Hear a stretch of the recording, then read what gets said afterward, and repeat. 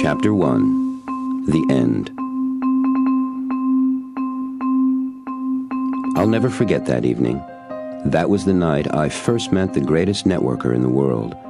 It was also, as I've heard a number of very successful network marketers say since, the night my life changed for the better, forever. First, I suppose I should tell you what my life was like at that point. I'd been involved with this one particular network marketing company for a little over 4 months, and it wasn't going very well. In fact, it was looking a lot like a bad joke. The products were great.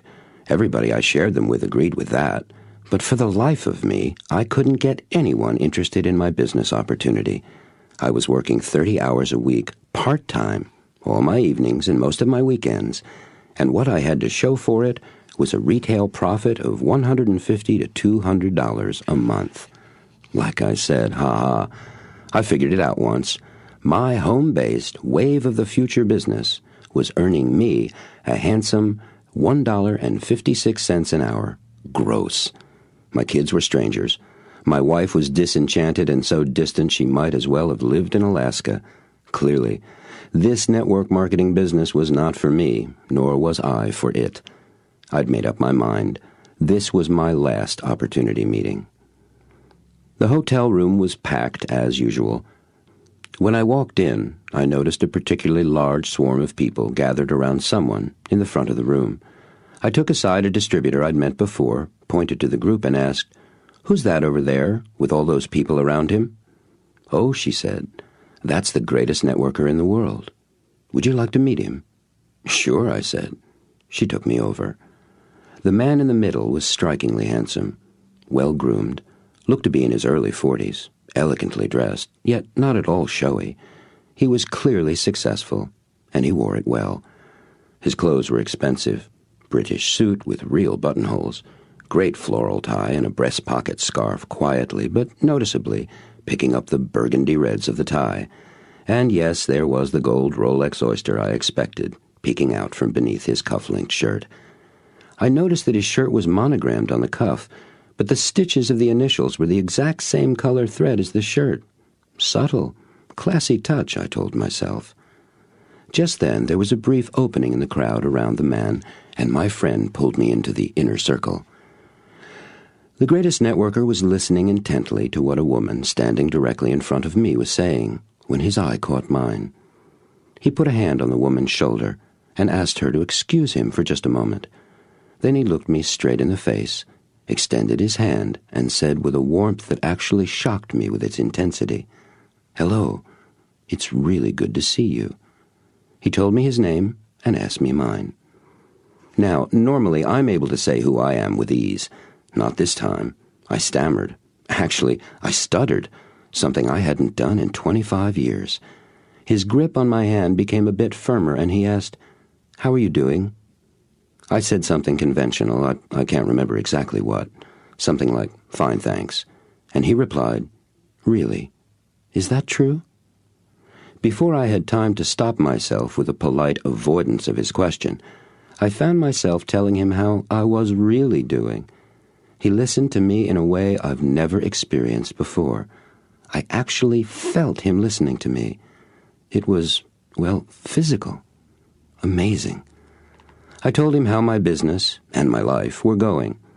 There it was, all out in the open and on the table. And I told him this was my last opportunity meeting, that I wasn't cut out for network marketing. I think I told him it just isn't my thing. He smiled. I suddenly realized that throughout our brief conversation, he still had hold of my hand. He squeezed it again just then and asked, "Would you have some time after the meeting to spend with me?" Before I could get my defensive no, plus an excuse, out of my mouth, I heard myself say, "Gosh, that would be great." Gosh, I sounded like a teenager. He smiled again, thanked me, said he'd see me after the meeting, turned back to the woman with whom he'd been speaking, and walked and talked with her, taking a seat in the front section, close to the right of the stage. I sat in the far back of the room in what had become my seat. It was, I'd come to learn, a seat in my comfort zone.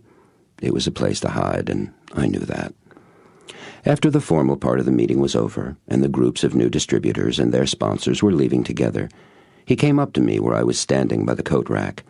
He smiled at me with that same noticeable warmth as before, and I pointed to his smiling face and said, "You know, if I could find a way to package that smile of yours, I'd have the perfect product. I'd be rich in a couple of weeks." His laughter came so quickly and boomed so loudly all around the room, everybody who was left turned to look at us. I was very self-conscious. "That's great," he exclaimed. "Thanks. It is a good smile, isn't it? Well, I'll tell you, I built this smile myself, tooth by tooth. My smile wasn't always like this." "Yes," he continued, "I am proud of this smile." And he flashed the grin even bigger than before. "It feels wonderful, too." "Come on," he said, taking me by the arm and moving off through the door. "Let's get some coffee and something to eat.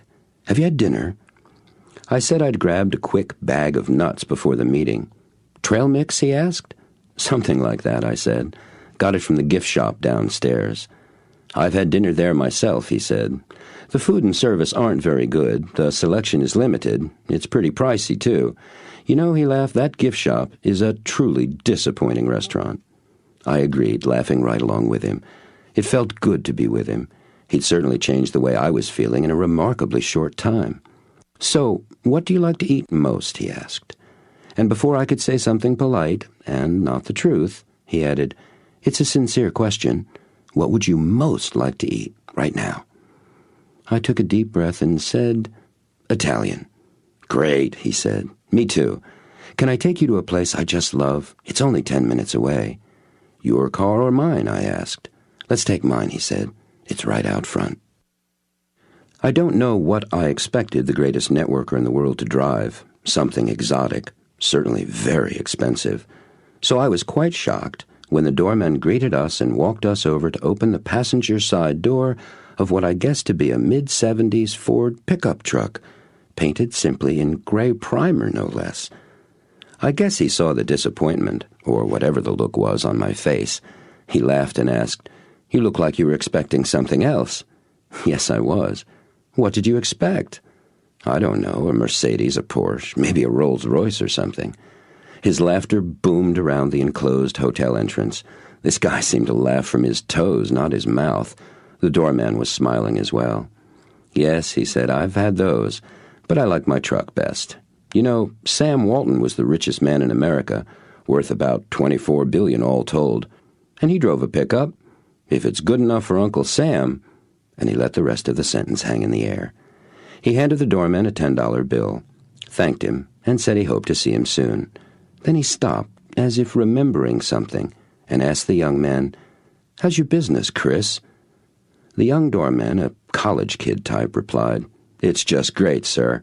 I made supervisor last month, and thanks for introducing me to Barbara. She's the greatest." "Good," said the greatest networker. "You work hard, Chris, and you're smart. You deserve your success. What's up next for you?" "Well," the young man answered thoughtfully, "I'll stay here at the hotel for another month or 3. You were right about this place," the young man said, looking up at the hotel. "I've met some of my best people here. I've got some traveling I want to do. I've got a great group going in San Antonio, and I think I'll go down there for a few months. After that, who knows? Germany, Japan maybe.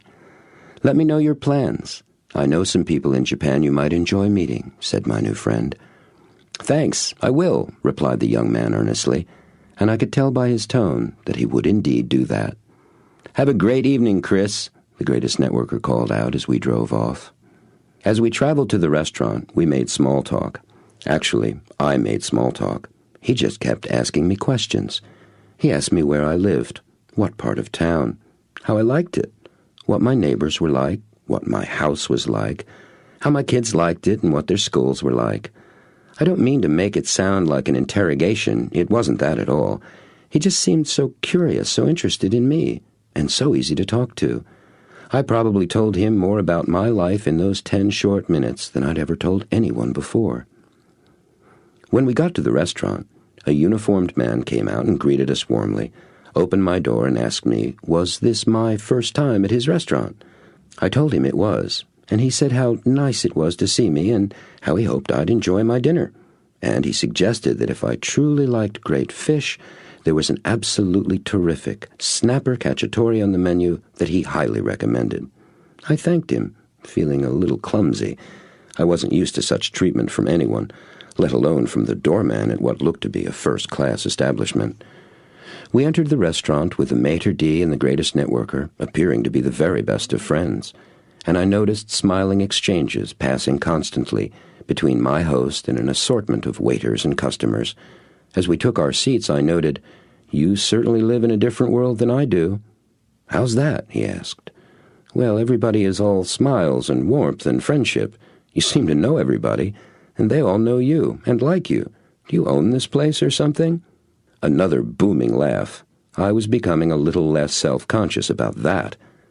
"Tell me," he asked, "what's present for you when all of this smiling and friendshipping, as you call it, is going on?" What a question. "Present?" I asked. "What do you mean? What's here, like in the air around us? What do you notice is present for you?" I took a deep breath. I was getting used to his unique kind of questions, too, so I answered thoughtfully. "I feel envious," I told him, "and curious, too. I want to know how I can have my life be like this." "Tell me," he asked, leaning closer and looking very directly, yet not at all threateningly, into my face, "what do you really want your life to be like?" And so began a 2-hour-plus dinner, the best I'd ever eaten and spoken. All he did was ask me questions, followed by, "Tell me more about that," or, "Can you say more about that?" And all I did was to tell him things I hadn't ever shared with anyone, not even my wife. A number of times during our dinner conversation, he asked questions to make sure he understood what I was saying. But there was something odd about them to me, because he'd asked me if such and such were true, even though I'd never actually said that particular such and such. I know that's not very clear, is it? Let me give you an example. I was talking about a job I'd had early on with a computer company back in Cambridge, Massachusetts. Calling it a company was a bit of a stretch. It was really just a bunch of guys, hackers we were called, who were messing around in the early days of computers. It was an exciting time for me. The work was fun. The people were wild, very smart, and very stimulating. I had a good time back then. He asked me, "So, you're a pioneer?" See what I mean? "Pioneer?" I said back to him. "No, I'm no pioneer. I was just having fun. It was in the early days of computers, and we just played with stuff, that's all." Had anyone ever done that before? He asked me. I guess not, I thought, and told him so. And again he said, "So, you're a pioneer?" I must have looked at him strangely, for he leaned back on his chair and gave a medium version of his booming laugh. I was no longer embarrassed by these mini volcanoes of mirth, and the folks in the restaurant, which had thinned out considerably by now, seemed more comfortable with them, too. They just turned to him and smiled, and then went back to their conversations. "Ah, man," I stammered, "you sure have a way of disarming me. Well, I suppose I was a pioneer, in a way, back then." He looked surprised and asked, "Back then? Not now?"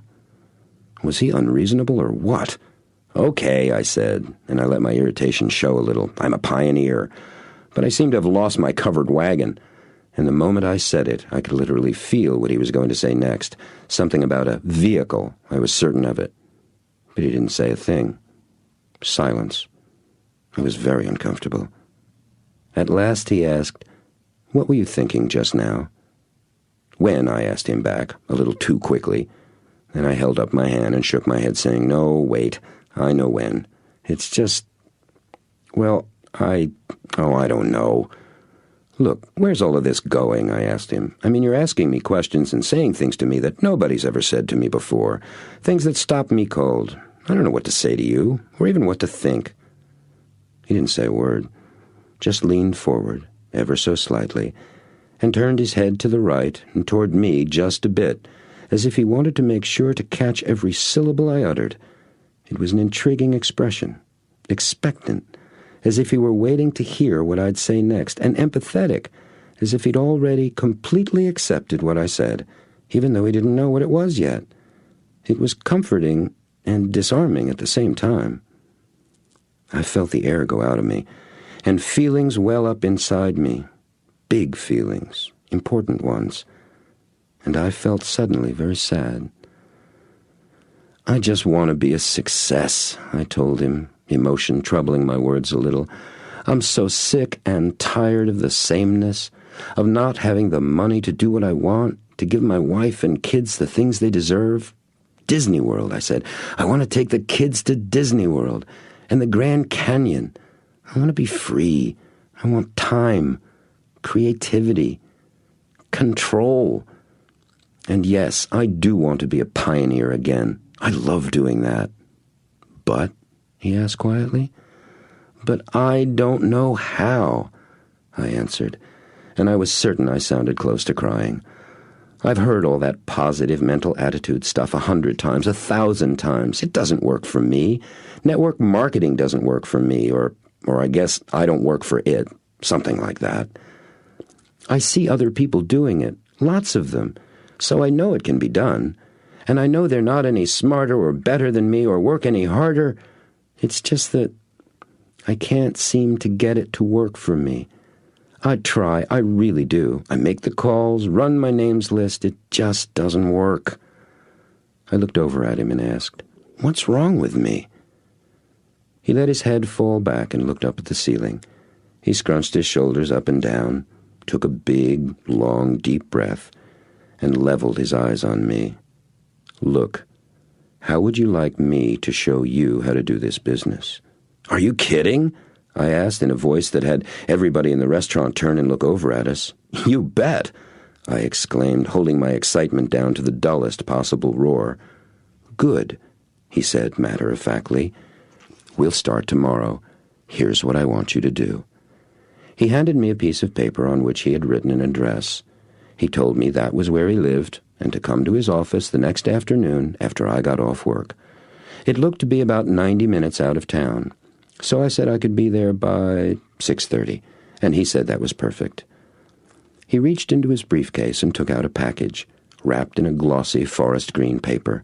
From its size and shape, I guessed it was a book. "Here," he said, "this is your homework.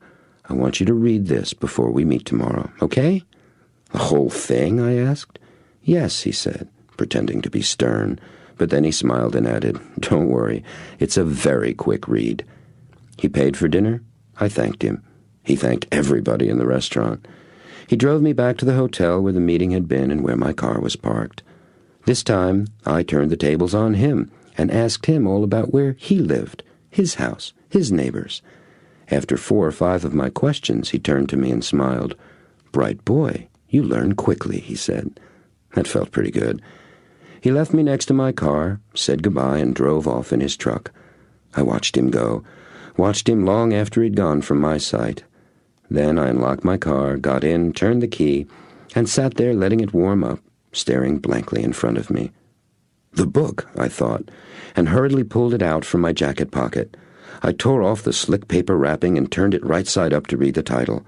Even in the dim light of the street lamp, the bold gold foil letters jumped off the deep green glossy cover. They said, "What you don't know, that you don't know." I opened the book with tremendous excitement, flipping quickly past the beginning pages. After 10 or 12 pages, I stopped cold. There was not a word in it. Every page in the book was totally blank.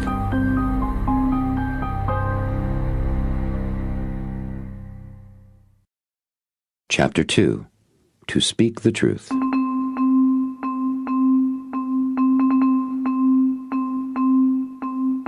Time literally crawled by on its hands and knees that next day. Besides, it was Friday, and Fridays were like that anyway. At 3:30, I simply couldn't take it anymore and left the office. I pulled out the address he had given me in the restaurant, grabbed my map to be sure of my directions, and headed north out of town. I would be a full hour early, even if I did get lost. Heck with it, I thought. I'll read or listen to tapes. And I laughed, thinking of the book he gave me. "That's it, I'll read that," I said to myself, and laughed aloud. In about 10 minutes, I was out of town and into the suburbs. Another 20 minutes, and I was driving through the rolling green and earth-brown hills of farm country that spread out like a checkered picnic blanket all the way up to the mountains north of the city. What a day! A Chamber of Commerce day, the kind they picture on postcards. A motorcycle day, I thought, bringing back memories. The sun was bright, the clouds were big and fluffy, and I made animals out of their shapes as I drove along. I started singing, then abruptly turned on the radio, and then noticed what I'd just done. How can I feel self-conscious while driving alone in my own car? I thought silently. What a funny man I am. I had a pretty good idea of what his house would look like from our conversation on the way back from the restaurant. He told me I'd see it up on the hill beyond the pond through the trees as soon as I turned onto Huckleberry Lane and saw the long, gray four-board wooden fence on my right. Sure enough, there was the fence. I pulled over off the road, stopped my car, and leaned forward over the steering wheel to get a good look at the house and the property. I don't know what architectural style it was, not Tudor, that's the one with all the crisscrossed wood, but it was some kind of English-looking.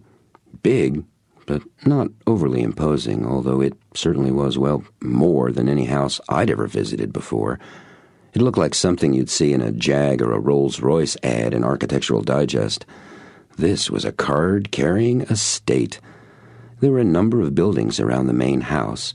One was clearly a horse barn with a number of double Dutch doors across the face of it. One looked like a small version of the big house, a guest house or carriage house or something. There were a couple of others as well. All the buildings were painted the same light gray as the fence, with the woodwork a darker charcoal gray, and all were covered with ivy. Everything was surrounded by trees, huge oaks and maples and pines. They were tall enough to have been there forever. Lots of shrubbery and flower gardens, too. It was simply magnificent. In fact, this was the kind of home I'd always dreamed of having. From the road, the grounds all looked quite manicured, although there were woods to my right, and they had a fair amount of underbrush mixed in amongst the trees. And horses. There were 8 of them, grazing in the fields between the house and the road, maybe more. Beautiful horses, thoroughbreds by the look of them, and 3 were grays. I love horses, especially dapple gray ones. It had been a dream of mine to have horses, too. I got out to take a closer look. As I got up to the paddock fence, I called out to the nearest of the horses. It lifted its head, saw me, and immediately started trotting in my direction. Just then, I noticed a horse and rider coming out of the near woods, cantering towards me. It was him. The gray mare I'd called to, and the greatest networker, reached me at the same time. "Well, you certainly got her attention. She doesn't come to just anybody. Rebecca's the only one she pays attention to," he said, swinging his leg over his mount's neck and sliding off the saddle in one easy, flowing movement. He'd done that before, I thought. "It's good to see you. You're an hour early," he noted, without looking at his watch. "How are you?" He walked over to me and extended his hand between the top rails of the fence. "I'm good," I replied, and a little nervous. He laughed, another one of those booming laughs of his, and said, "You do learn quickly. Thanks for being so honest. What are you nervous about?" "Well," I said as I pointed in a sweeping gesture that took in his property, "this isn't where I usually find myself on a Friday afternoon. This is a pretty awesome place you've got." "Yes, it is," he replied, joining me and looking appreciatively over the house, woods, and fields. "You know," I told him, "I have a dream of owning a place very much like this. Horses, house, trees, and fields." "Good," he said. "Would you like to buy it?" "What?" I exclaimed. "I'll sell it to you," he said, turning and looking me straight in the eyes in that provoking, gently confronting way of his. "I doubt it's within my budget at the moment," I said, sarcastically. "I don't remember saying how much I'd sell it for. Did I?" "No," I admitted, "you didn't." "So how do you know whether or not it's within your budget?" he asked. "Okay," I sighed. "How much?" $2.6 million, he said flatly. "Do you want to buy it?" "Stop it," I insisted, becoming irritated and letting it show. "This is ridiculous. You know I don't have that kind of money." "I don't know that," he said, looking calmly at me. "And that's not what I asked. I asked if you wanted to buy it. Do you? Yes or no?" "This is pointless," I snapped. "I can't even conceive of that much money. How—" He held up his hand. I stopped talking. I could feel the color flushing my cheeks. My legs had even started shaking a little. It was like I was about to get into a fight or something. And I was afraid.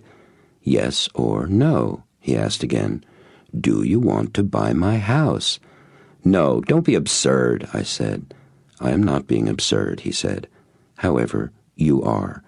One of the most absurd things a person can do is to not tell the truth." "What?" I stammered, amazed. "You are lying," he said sternly. His eyes looked both mischievous and dead serious at the same time. I was stunned. "Please," he prodded gently, "tell me if what I am about to say is true or not. You would love nothing more in this world than to buy my house. It would be a dream come true for you. I am not asking if you have the money. I am asking simply if you would like to buy my house. Yes or no?" "Well, if you put it that way, yes, I'd love to buy your house." He sighed, took a deep breath and smiled. "I do put it that way," he quoted back, me to myself. "Tell me, do you often have difficulty answering the questions people ask you?" "Well," I started, and then shook my head and fell silent. I looked up at him, trying to read something from his face, hoping to find the right answer there somewhere. "There is no right answer," he said, as if reading my mind. "There is only your answer, right now, to the question." We stood in silence for some time, he looking at me looking anywhere else but at him. When my eyes finally got up the courage to settle on his, he said, "Look, in our relationship together, I insist that you and I speak the truth. I think that will be difficult for you, because you don't listen. Not yet. What you hear me saying is colored by what you say to yourself about what I am saying. Is that true?" "Yes, it is," I told him. He nodded and went on. "Did you read the book I gave you last night?" I didn't know what to say to him. How do you read a book without a word in it? "Yes or no?" he asked patiently. "Yes," I said. "Well, what do you think?" "I don't know." "Good," he exclaimed. "Come on up to the house and tell me all about it." I turned and numbly fumbled back to my car. I wasn't sure what to think. And so, for the moment, I tried to think nothing and just watch where I was going.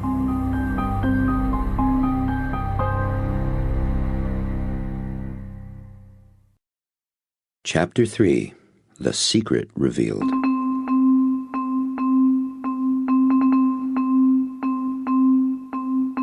The house and its surroundings were even more impressive from a closer look. Everything was just magnificent. There was just the right amount of imperfection, whitewash, or rather gray wash, fading on the stones of the house, and a casual quality to the gardens that was all the more striking because of their lack of formality. The place wasn't stilted or uptight, as in some pictures I've seen of wealthy homes. People actually lived here. And as if to prove it, 3 bounding dogs happily greeted me as I got out of my car on the flagstone driveway. "Ah, you've been properly greeted, I see," the greatest networker said, as he came through a doorway in a high stone wall that ran alongside the main house. "May I introduce you to Mr. and Mrs. Silver?" He patted the heads of a huge, handsome pair of silver-gray standard poodles, their curly coats trimmed neatly in sporting cuts, without those poofy tufts of hair that make poodles look like topiary trees. "And this is the Duchess," he said, ruffling the fur of a little black dog that clearly had lots of border collie in her. "Duchess has been with us only a couple of months," he told me, bending down to get an enthusiastic licking from a little mutt whose tail was clearly wagging the dog. "We think she'd been hit by a car," he said. "No one seems to know where she's from. She's adopted us for now. Come to my office." He stood up, and we walked over to the smaller house I'd seen from the road. "I've worked from my home for years, but I think this is the best arrangement of all," he told me as we entered the building. having some physical separation between my home office and home, yet having them this close to each other. It's perfect. His office was comfortable and lived in, bright with sunlight, plants everywhere, casual, comfortable elegance. There were 2 parts to the first floor. Inside the entry was a living room with a small mahogany grand piano just in front of the windows. Adjacent to the fireplace were 2 plump couches, covered with what looked to be Native American blankets. These were facing each other across a coffee table with books neatly scattered on it, and a clear fishbowl-like glass vase off to one side, out of which flowed a fountain of wildflowers, mostly daisies. There were oriental carpets of varying sizes and colors on the wide plank wooden floor, and a wide sliding double doorway, the kind where the doors disappear into the walls, that opened into a slightly smaller room off the right, with a huge, expansive desk thrust up like an island in the center of the room. Both rooms were lined with paintings and overfilled bookshelves. I'd never seen so many books before. "You've got quite a library," I observed, and it was an understatement in the extreme. "Yes," he said, surveying what must have numbered well over 1,000 volumes, perhaps more. "I love books. I love information of all kinds. Do you?" "Information?" That was a curious way to put it. "Sure," I said.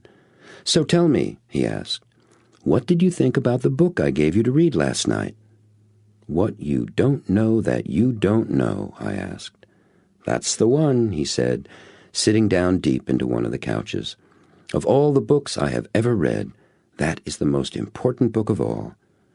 I searched his face to make out his expression.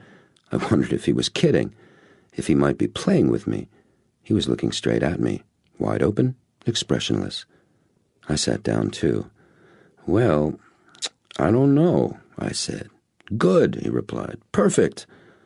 I wanted badly to have something profound to say, something that would show him what? That would let him know But the truth was, I had nothing to tell him. I didn't know what to say. "There's a story I want to tell you," he said, plainly coming to rescue me from my awkward silence. "Would you like to hear it?" "Sure." In Japan, many years ago, it was the tradition among Buddhist monks to travel from monastery to monastery, seeking the teaching of the masters. As was the custom, the master would serve his guests tea and they would talk. One young monk was a particularly outstanding student. In fact, he was so exceptional, he had made a bit of a career out of showing up lesser masters with his skill and tremendous intelligence. One day, he called at a very famous monastery, attached to one of the most sacred temples in all Japan. The master there was old and most wise. The young man begged an audience with the master, in hopes of being accepted as his pupil, to live and study with the great man. The young man, whose reputation had preceded him, was ushered into the master's chambers immediately. This was most unusual, and the young monk was greatly flattered. The master entered, and they bowed to each other. They sat across a low table on the tatami mat floor, and began to talk. The young man told the master of his journeys, of the teachings he had heard, of the monks he had bested in his search for the truth. It was a most impressive tale.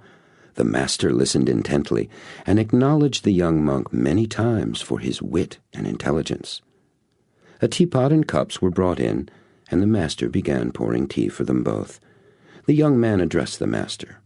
"I wish to remain here and study with you, for I sense that here, unlike with the others, there is much you have to offer me." And all of a sudden, the young monk cried out in pain and alarm, jumping up from his place on the floor, shaking his robes and dancing about. The scalding hot tea had spilled all over his lap. The master sat calmly and continued pouring tea, which was overflowing the student's small cup and spilling out over the table onto the straw-matted floor where the young man had been sitting. "What are you doing?" the young monk demanded. "I've been burned. Stop pouring. The cup is overflowing." "Go away from me, young man," the master said. "I have nothing to teach you. Your cup is too full, overflowing with all that you know and all you think you don't know. Come back to me when your cup is empty and you are ready to receive what I have to give." We sat in silence for a long time. As I recall, it was the first time in a very long time that there were no thoughts at all rattling around in my head. I had stopped talking to myself. Finally he spoke up. "You want very much to be a success in network marketing, don't you?" "Yes," I answered. "You know some things about how to do this business. True?" "Yes. And you know, too, that there are many things that you do not know about how to do this business. True?" "Yes," I replied. He sat up a bit, away from the back of the couch, and faced me directly as he spoke this next thought, carefully measuring out his words. "There is nothing which you now know, and nothing about what you think you don't know, that will help you create the success you desire." He paused for a moment and continued, "The key to your success lies only in what you don't know that you don't know. Do you understand?" "No," I told him truthfully. "I have no idea what you're saying. How can I know what I don't even know that I don't know?" "You can't," he said. "That's the secret."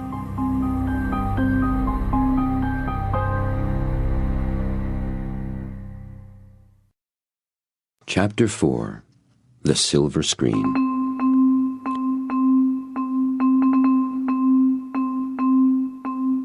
When I looked at my watch, it was a little past 1 a.m. We had been talking for almost 6.5 hours. That is, I had been talking. As with our first meeting, he asked me question after question after question. We spoke little or not at all about network marketing. The entire conversation had been about me, my past, present, and future.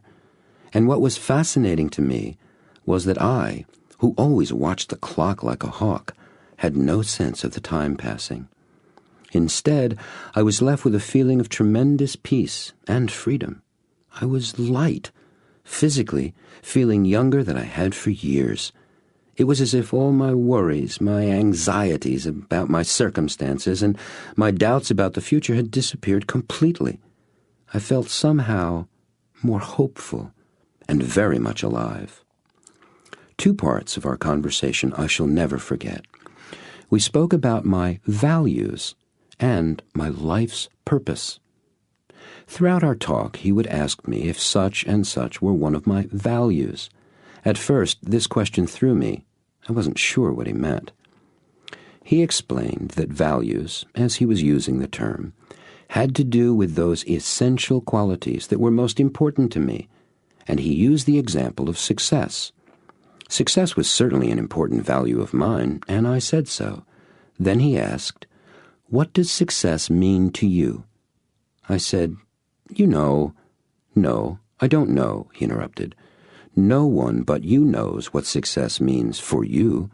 The best I can do would be to tell you what I think success means for you, and that's not the same thing. I'm interested in what you mean, not in what I think you mean." Okay, I thought, and took a deep breath and explained what success meant to me. When I had finished, he summarized what I said. "So, for you, success means being able to live your desires and dreams." I agreed. "And what does success provide for you?" he asked. I thought for a moment, then said, "Freedom." "Good," he said.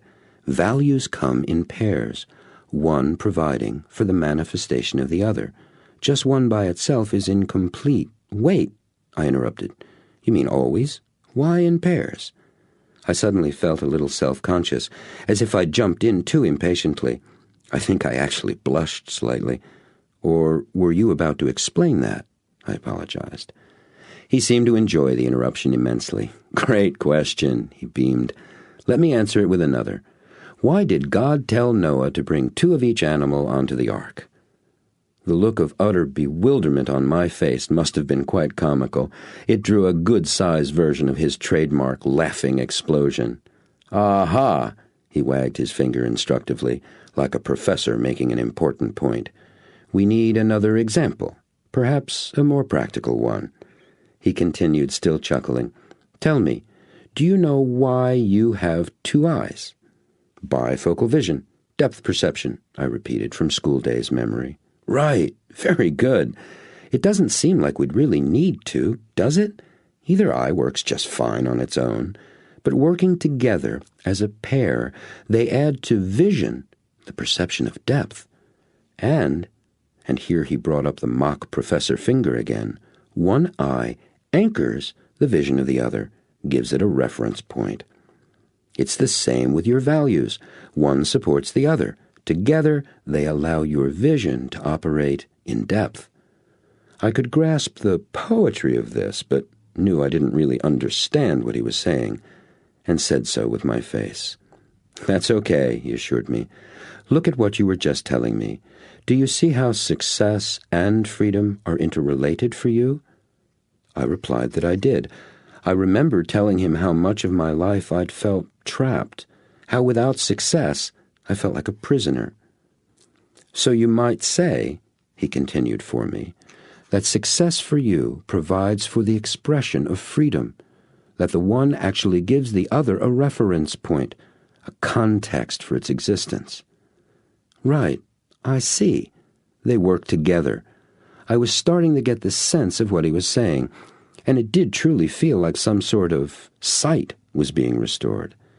My guess, he said, is that you feel imprisoned to some extent about everything in your life. That's because your values of success and freedom are not being honored.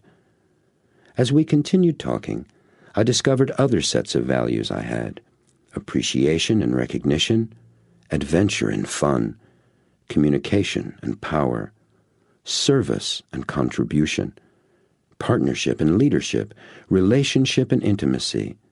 There were others. These seemed the most important. Then he asked, "What is your life's purpose?" That was the biggest question anyone had ever asked me. What was my life's purpose? I didn't know, and told him so. "I want you to do something with me," he said.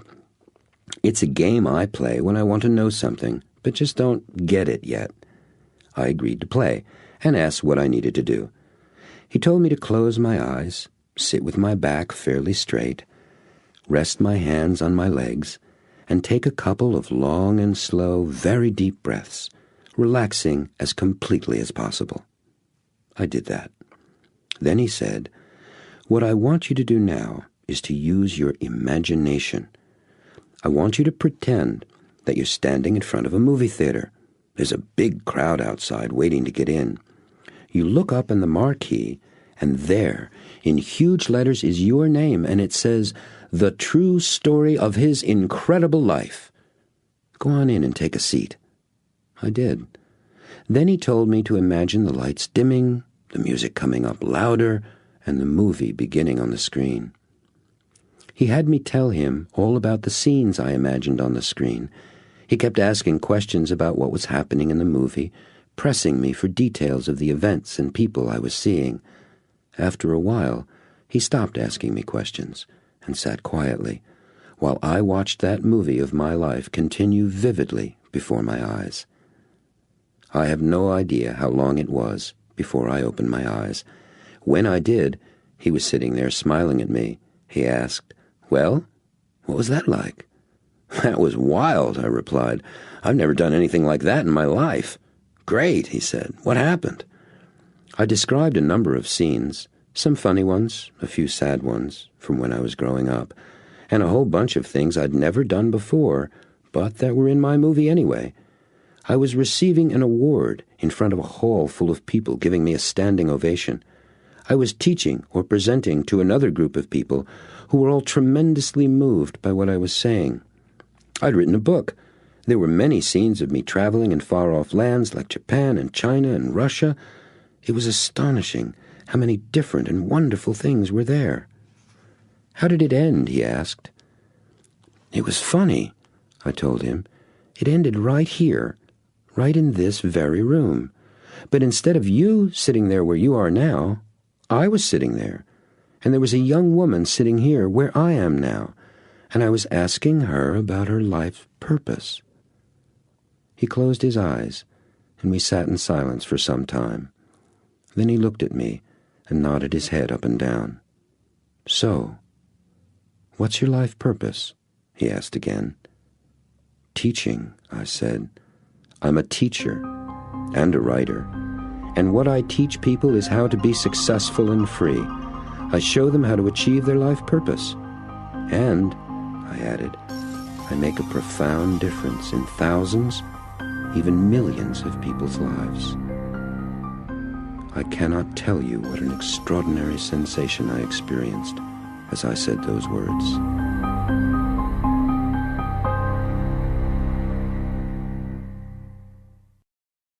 Chapter 5. A Goal Bigger Than Winning.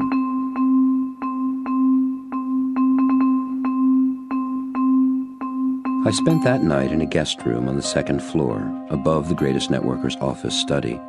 It was quite late when we'd finished talking, and since he'd asked me to attend a training he was giving early the next morning, he invited me to stay the night.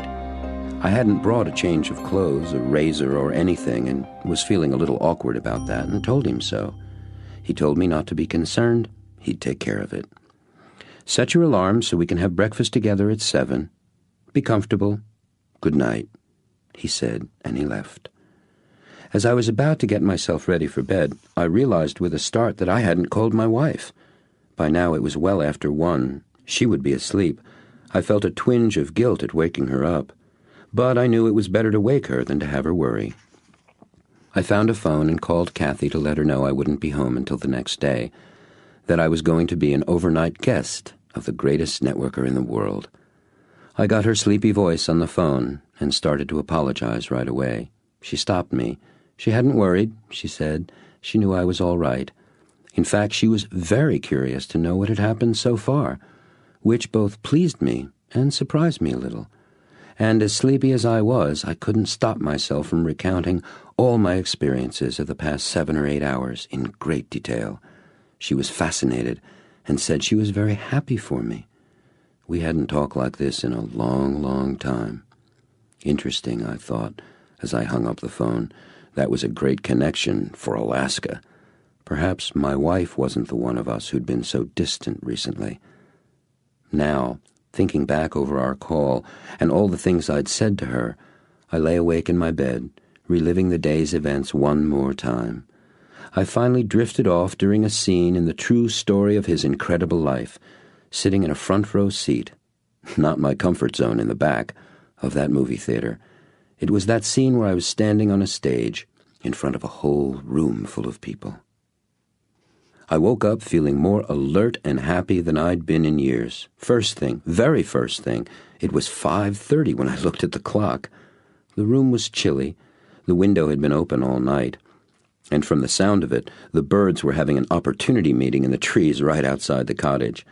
I wrapped up in a robe I found in the closet and shivered happily as my feet tap-danced across the cold wood between the carpets that covered the floor. I opened the French doors, walked out onto the deck, and stopped dead in my tracks. There, perched on the railing in front of me, were 2 huge and breathtakingly beautiful peacocks. I'd never seen one so close up before, even in the zoo. The smaller of the 2 was almost pure white and didn't have much of a tail. But the big one, I guessed it had to be the male, had tail feathers that must have been 6 or 7 feet long. At least. It was like the train of an ornate Chinese imperial costume, following and flowing out behind him.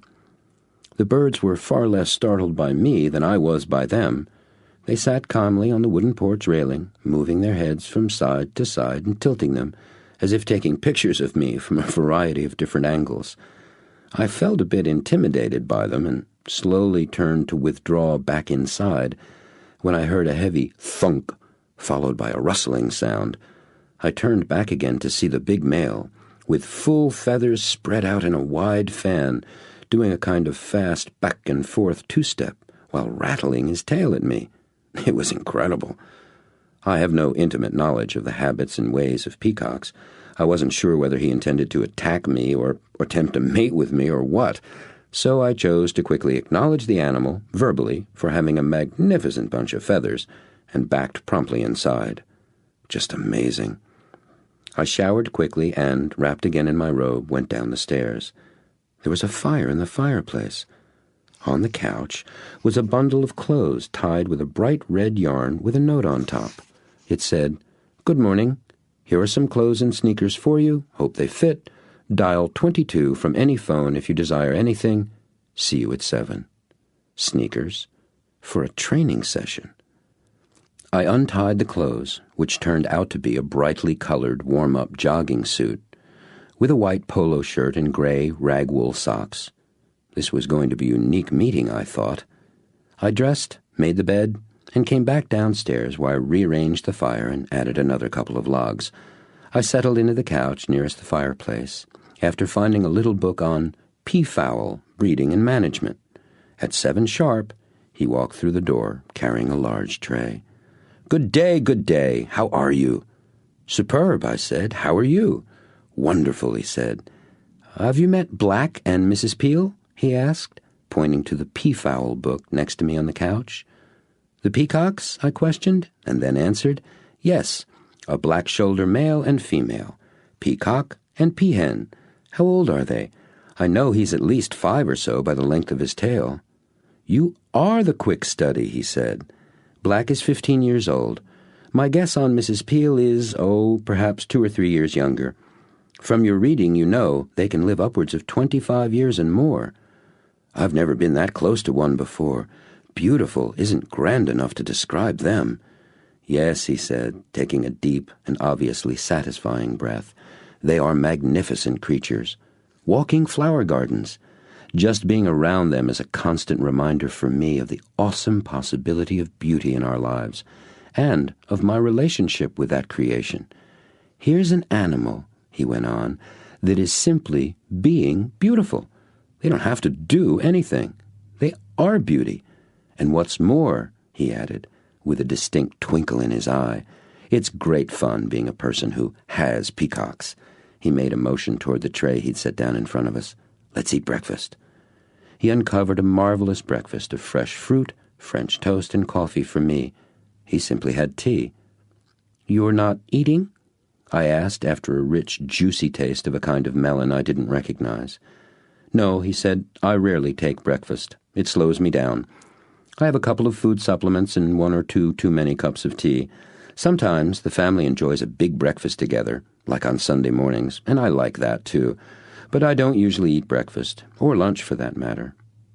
"Well," I inquired, "tell me about this training session." He walked into his office and returned quickly with a small paperback book and tossed it to me. I caught it, turned it over, and read the title out loud. "Coaching Kids to Play Baseball and Softball." "There are a number of fine books on how to do network marketing and training," he told me. "This is one of the best." "Coaching kids?" I asked, and I guess I clearly conveyed my disbelief. "Yes," he replied, "coaching kids." When I was first learning how to do this business, he told me, there weren't all the books and tapes we have today explaining how to do network marketing successfully. The only thing I knew was where not to look. "What do you mean?" I asked. "Network marketing is a whole different paradigm of—" "Do you know what a paradigm is?" 20 cents, I quipped, and he paused, stared blankly at me for the briefest moment, and then exploded with deep-down booming laughter. "Great! That's great!" he exclaimed after he regained his breath.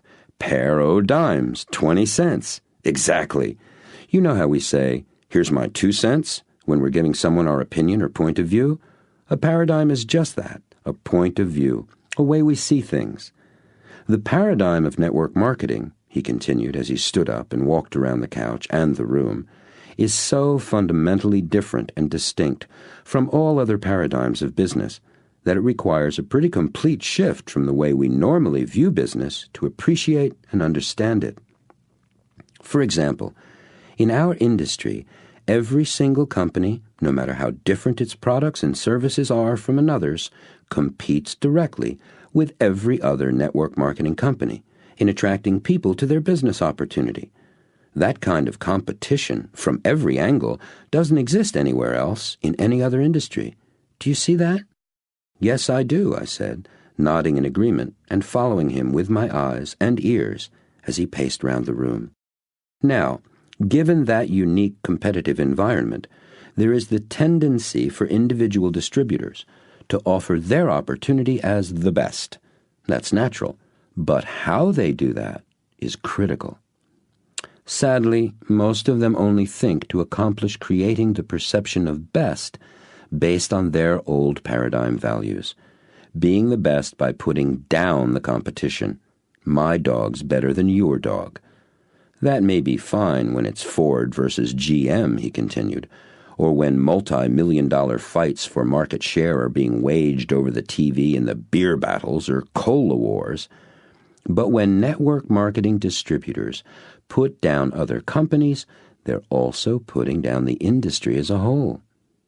What happens then, and remember, we are the word-of-mouth business, is that there's this growing communication out there in the world about how bad this company is and that company is and this other company is.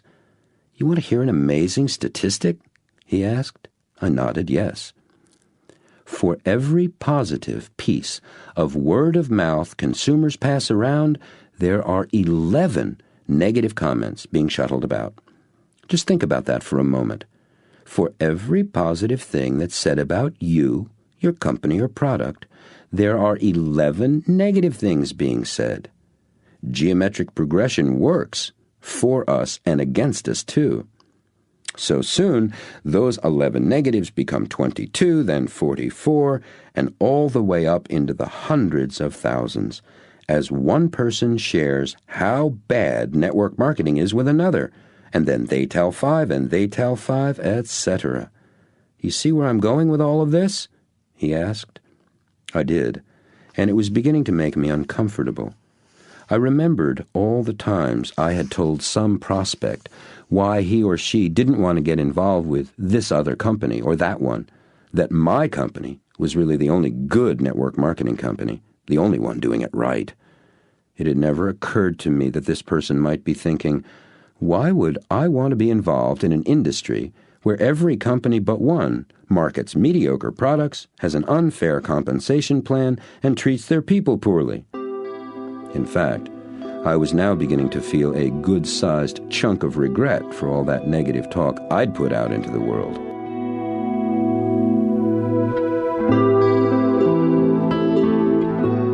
I see you know what I'm talking about, he said, obviously noticing my somber expression. We all, every single networking distributor, have the responsibility to sell our industry itself, as well as our individual products and opportunities. Do you think it's the media who's responsible for the bad press about network marketing? He asked. I did until this morning. Now I think we are, all of us. I am, I answered ruefully. Yep, he said, we are, each one of us. Network marketing is the ultimate in freedom, he continued, the freest of all free enterprise. That's the front side. The back, the other side of the coin, is responsibility. Network marketing is truly the responsibility business. We get paid for taking responsibility. The more of it we take on, the more we get paid. That's what the word sponsor means, being responsible for the people you bring into the business. When you are responsible for an organization of thousands of people, you earn a lot of money, which is great. That's as it should be. Now here's something interesting. He stopped pacing and sat back down directly across from me and leaned forward. Right now, you are concerned with your survival in this business, with your responsibility for creating your own success. True? Yes, I said. Okay, now, what would be different if you were concerned about the success of the entire industry, if that were your responsibility? Oh, wow, I said, looking up at the ceiling. I brought my eyes back down and said, well, I probably wouldn't spend as much time focused on myself, that's for sure. What would you spend your time focused on? He asked. Making sure people knew the good news about network marketing and thought really well of us, getting the word out, helping people understand how great this is, getting rid of abuses in the industry, front-loading, crazy earnings claims, things like that, I said. would you be at all concerned about whether somebody said yes or no to trying your products or joining your opportunity? No, I wouldn't. And would that allow you to approach building your business differently than the way you have been doing it? Yeah, it really would, I said. Boy, this was interesting. I actually experienced what people mean when they talk about seeing the light. I'd just seen it. I got it, I exclaimed. By taking my focus and attention off myself and putting it on something bigger, much bigger, the problems I now think are big get smaller. Immediately. They seem so simple now. I don't care about them anymore. Bingo, he said. Success secret number 36 revealed. And he laughed. Have a goal bigger than you are. The bigger the better. That way you don't have to sweat the small stuff. And the bigger your goal, the more everything else becomes small stuff. He brought his hands together and touched the tips of his fingers to his lips thoughtfully, taking a long breath and letting it out. Boy, I really got off onto that one. He sat back into the couch and took a long taste of his tea. Do you remember where we were before I got started on all of that? Oh, I know, he said, interrupting himself. You asked about the book Coaching Kids, and how I came to recommend it as a good book on network marketing. Isn't it nice to have a memory? He seemed amused by his own question, which was clearly rhetorical. Early on, he said, I began to look for the knowledge in places outside of traditional or conventional business, because I knew how unique network marketing really was. I was searching for specific new material about how to teach and train my network. That's how I discovered what kids' sports had to teach us about building a network marketing business. Here, he said, gesturing for me to hand him the coaching book, which was in front of me on the table. Let me read you something. I handed him the book, and he turned a couple of pages and began reading aloud. We believe that the objects of youth sports on all levels are fun, learning, individual development, and winning, in that order. We make no secret of our feeling that the most important part of your job as coach is to make sure your squad has fun. The second most important part is to teach them all you can. The third, to make sure they develop as individuals and members of a team. And fourth, to win when you can. We're not suggesting that you overlook the importance of succeeding and winning. The coach who forgets to encourage the kids to strive as hard as they can to win is cheating his team. But learning to enjoy the game is more important. He put the book down and set his eyes on mine in that intense way of his. That's a perfect description of the role of the sponsor in network marketing, he said. It's another example of how different this business is from conventional enterprises. Number 1, to coach your people to have fun. Number 2, to teach them the skills they need to succeed. 3, to help them develop and grow, first as individuals, then as members of a team. And number 4, to win when you can. And I promise you, he said earnestly, if you do 1, 2, and 3, then you will always win. Always.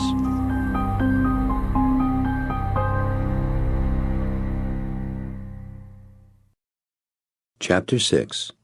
Teaching Kids Teaching.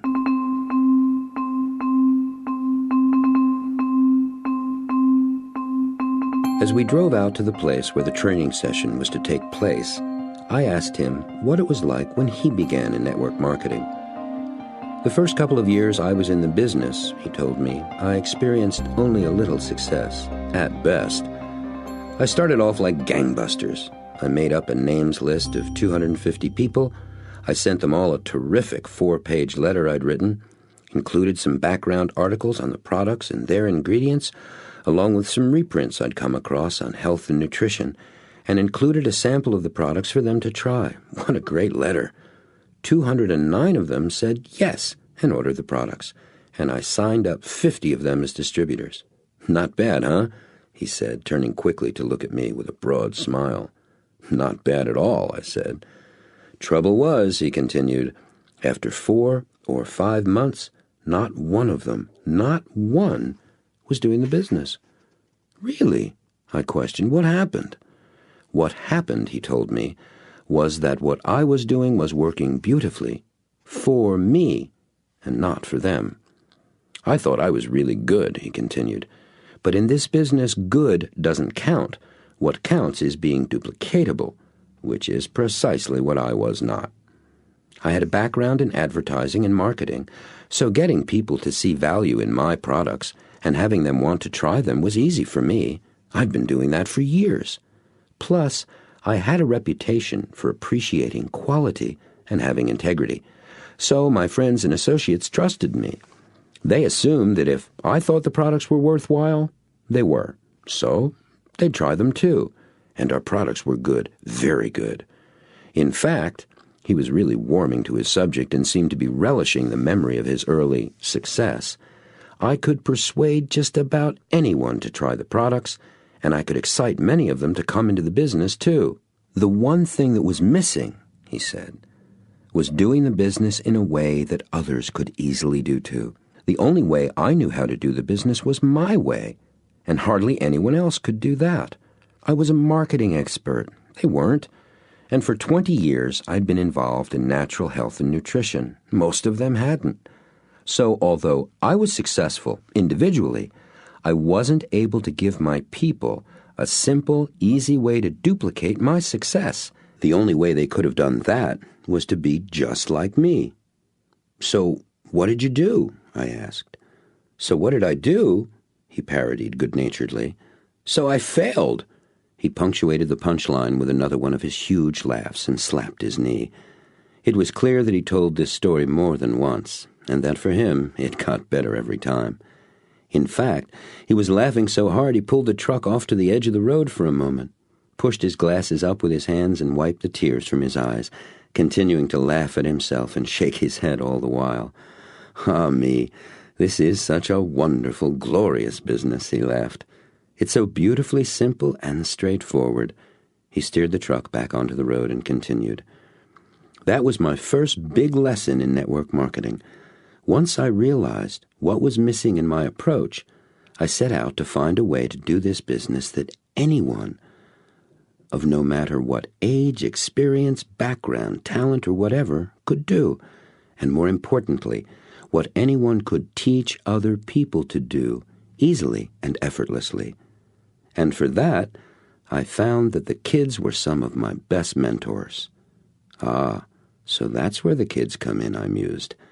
Just then we pulled into a parking lot behind a Little League ball field across the road from a sprawling red brick elementary school. Come on, he said. Your trainers are waiting for you. I spent the next hour and a half watching and playing t-ball with 15 6- and 7-year-old kids, 13 boys and 2 girls. We didn't have t-ball when I was growing up. Here there's no pitching. The kids get to hit a ball that sits still, perched on top of a telescoping rubber stand, much like a very tall golf tee attached to home plate. And we didn't have girls on our Little League team either, and certainly not shortstops with arms like slingshots, who also hit line drives that made the fielders fall to the ground ducking to get out of the way. The kids had a great time. So did I, and the very first thing they did in their practice blew me away. All the kids sat around on the bottom rail of the backstop behind home plate. The greatest networker enthusiastically called out each one by name. "Here's the Hornets' ace shortstop, Julie Duggan," he announced. Then Julie got up, ran out to home plate, took off her cap, waving it high in the air, and all the other kids clapped, whistled, and cheered, and shouted out her name. Then he called out the next player, then the next. They began their practice cheering for each other. That was it. Amazing. Throughout the whole thing, the greatest networker was an almost endless stream of praise, constantly telling the kids how great they did. Well, actually, he'd ask them first, "How'd you do?" Then he'd acknowledge them for noticing how they did, and then he'd tell them how good they were. I also noticed that all his praise was focused on how much they were improving over the week before, or even the year before. When they messed up, which they did a lot, he'd stop what was going on and ask them, "What happened?" Most of the time, the kid who goofed would say, I did this or did that. And the greatest networker coach would ask, what could you do differently next time? Sometimes the kids didn't know what they'd done. Then he'd ask, did anyone else know what happened? When he got an answer to that one, he'd ask the kid, him or herself, if that were true, and what was a different way they could do it next time. At first, this whole process seemed a little strange to me, asking the kids everything. It actually struck me as kind of phony. Why not just tell them? It would sure save time. Besides, I thought, he already knew why, so why ask them? So I pulled him aside and asked him about that. What do you learn when you ask me a question and I tell you the answer? He asked me. I thought about that, then replied, I learn the answer. Exactly, he said. And of what use is that? Well, then I know what to do, I said. And of what use is that? He asked. Once I know what to do, I can do it, I replied. Yes, he said, you can do it. But do you? No, not always. Actually, not often, I had to admit. Knowing the answer and doing something about it seemed very different. Two things are important here, he told me. First, when you arrive at the answer yourself, it's very different than when someone else tells it to you. Its meaning is deeper, and there isn't any question about whether or not the other person is correct. It's your answer, you own it, and you're much more likely to remember it when you find yourself in a similar situation again. What's more, he continued, when you discover the answer for yourself, you not only get the answer you were seeking, but you get trained in finding answers, so there's twice the benefit. Knowing the answer, having the answer, is a far cry from doing the answer. Would you agree? Yes, I see, I said. But the real secret is being the answer. Do you know what I mean by that? No, I said, not really. Okay, he said, let's say I've got a little guy here who's learning how to hit a ball for the first time. So I tell him how to hold the bat, where to place his hands, how to stand, and I tell him the way to swing properly. I give him all the information there is to know about hitting a baseball. Now, does he know how to do it? Yes, I said, but I can see that knowing all that doesn't mean he can do it, and it certainly isn't doing it. Good, he said. Yes, he knows how. He's got the information about it, and information is really great to have, but he isn't doing it yet. And here's the other step. He may do it once or twice, but he isn't necessarily a hitter yet. Being a hitter is just that, being a hitter. He must have sensed my struggle with his terminology. It sounded a bit like his verbs were getting twisted around each other. I felt my mind quipping a quick satire of my puzzled thoughts. How do you do a being of having what you know? And remembered that gloriously circular book title, What You Don't Know That You Don't Know. He interrupted my thoughts to explain. Have you ever heard anyone talk about goal setting with the terms have, do, be? Have the things you want to have, do the things you want to do, be the kind of person you want to be. I nodded that I had. The way I've found that works best is to focus on being first. Once you achieve that, doing and having come naturally. If you approach it the other way around, you can spend a lifetime not accomplishing your goals. Being first is actually easier because being begins in your mind. Anybody can be anything, anytime he or she wants. I confess that didn't completely clear it up for me, and I knew that he knew that. Well, I know one thing, I ventured. We're doing talk about this, but I'm also keeping you from being a Little League coach. Right you are. He seemed amused and delighted that I'd taken a stab at knowing what I was talking about. I'd like to talk some more with you about being and accomplishing, but let's have a conversation about that after practice, okay? And back we went to join our trainers.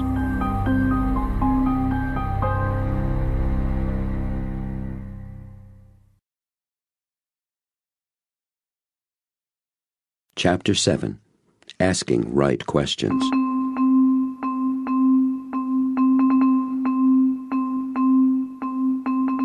After we said goodbye to the kids, almost all of whom thanked me for coming, and asked if I'd be back next week to help out, which I must say made me feel really terrific, and climbed back into his truck, I asked anxiously about being and accomplishing. He held up his hand and interrupted me. "Not so fast, we'll do that. But first, tell me, did you have fun?" "I sure did," I exclaimed. "That's great," he said. "Did you learn anything new?" "Did that too," I said. "What?" he asked. "That thing you did in the beginning, when you had them all come up to the plate, as you called out their names like a ballpark announcer and everybody cheered and applauded. That was amazing. I loved it. What a great way to start." "We did that at our very first practice of the season," he told me. "It gets the kids off to a great beginning. They're a success right off the bat, and it makes them all feel special. They're all stars immediately." He went on, "And did you notice how the parents stick around for that?" I hadn't till he mentioned it, but it was true. All the mothers and fathers had stood there behind the backstop, and they'd cheered and clapped too. "Anything else?" he asked me. "A bunch," I said. "The whole business of asking the kids what they did rather than telling them. I got a lot from that. I remember my favorite teachers in school. They were the ones who let me discover things on my own, just like you were doing." "And the others?" he inquired. "The others? Oh, you mean my other teachers? The ones who told me, do this or do that, or just had us repeat and remember? I was bored to death in their classes." "Which kind first taught you about higher math and computers?" he wondered aloud. He must have been remembering what I'd told him about my pioneering passion for hacking in those early computer days. I knew he already knew the answer. "The first kind. Mr. Doherty, my 11th grade math teacher. I remember his face and his voice as clear as yesterday." "Right," was his only comment, followed by, "Go on."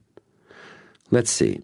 The way you praised the kids, the way you had them acknowledge themselves first. It seems to me that gives the kids responsibility for themselves, for relying on their own ideas first. That was just great." I thought back to find a good example. Truth was, there were lots to pick from. "Who was the little boy on second base, the one who cried when he got confused about whether to call time or throw the ball to first?" "Johnny." "Yeah, Johnny. The way you talked to him was terrific." "Thanks," he said, pleased at the acknowledgement. "What did you get from that?" "Well, I noticed how you brought his attention off how he was feeling, without even dealing with it directly. First thing you did was kneel down, so you were on his level. Then you just asked him, what happened? He told you that some kids were yelling, 'Throw to first,' while others were shouting, 'Call time!' And he didn't know what to do. You asked, 'What do you think would have been best?' And he said, 'Call time.' And you said, 'Okay, let's do the play over and see if that works.' Then you did, and he called time, and it worked great. That was incredible. So what did you get from that?" "I just told you," I said. "No," he corrected gently. "You just gave me a description of what I did. I asked, what did you get from that? In what way did that contribute something to you?" "Oh," I said, "well, I saw how I don't have to be controlled by my feelings about something, that it works better to focus on what happened and do something about that." I looked over at him to see his response. He just looked at the road and said, "Good." Then he asked, "And tell me, what results did you get?" "Results? How do you mean?" "Results," he repeated. "What results did you achieve out there today?" "Well," I thought for a moment. "I showed Justin, was that his name?" He nodded. "I showed Justin how to hold his hand so that he could catch the ball without it scooting out of his glove. Fingers up when the ball came at him above his waist, and fingers down when the ball came to him below his waist. That way, he wouldn't miss the play or get hit in the face with the ball." "That's great," he laughed. "So you had fun, you learned something new, and you got results too, right?" "Yes," I said. "I did." "Congratulations, you win." "Win at what?" I wondered. And then I remembered the points from the Coaching Kids paperback. Fun, learning, growth and development, and winning when possible. Click. Those are the 3 ingredients in accomplishment, he told me. You get results, you learn, develop, and grow, and you have fun. All 3 are required. If any one is missing, you don't have real accomplishment. I see that, I said excitedly. I really do. I've done things when I've gotten results and learned something new, but didn't have much fun. And I've done things where I had fun, but didn't learn or get the results I was after. That's wonderful. Accomplishment is all 3. Yup, he said, all 3. And, he continued, that's why you don't want to focus on just results, with yourself or with your people. Aha, I thought. So this really is network marketing.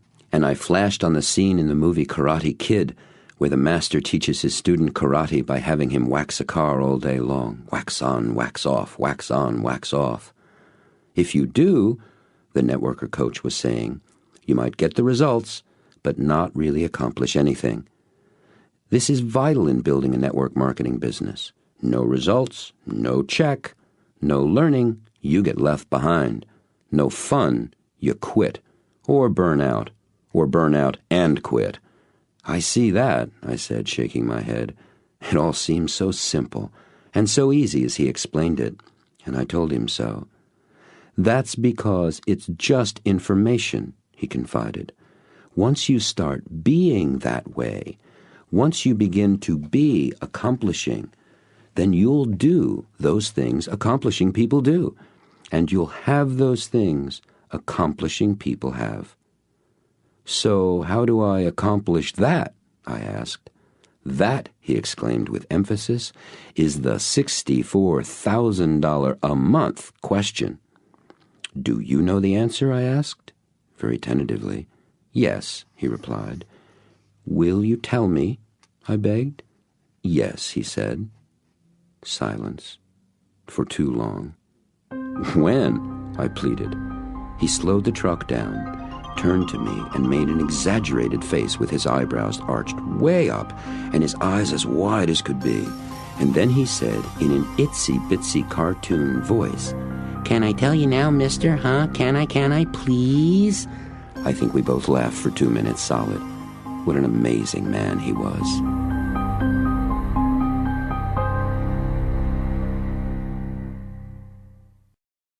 Chapter 8. The Habit of Being You.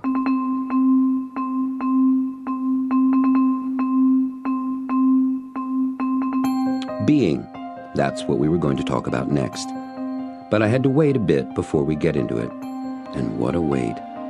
I know that I keep saying amazing, but I was being blown away left and right by everything about this guy. I was seeing things and doing things, saying and listening to things I'd never experienced before in my life. Heck, I'd never dreamed about most of this. Yet, here it was. Here I was. It was really all pretty amazing.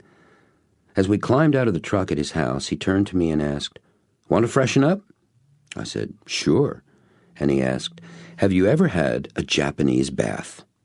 No, I told him truthfully. At least, I don't think I have. Oh, you'd remember, he assured me. Come on, you're in for a treat. It's my opinion, he said, as we walked into the main house, that the Japanese are eating our lunch in business simply because they know about baths, and we don't. I'm on a one-man crusade to establish the bath in America, so the United States can regain our position as the world leader. He turned and looked at me. I'm not kidding, he said, with an earnest smile. The inside of the house was just as magnificent as the grounds and his office study, although a bit more formal. It was truly a gracious interior, light and airy, filled with lush plants and fresh-cut flowers. Somehow I felt it would always be summer in these rooms. Some of the pieces of furniture were really extraordinary, antiques big time.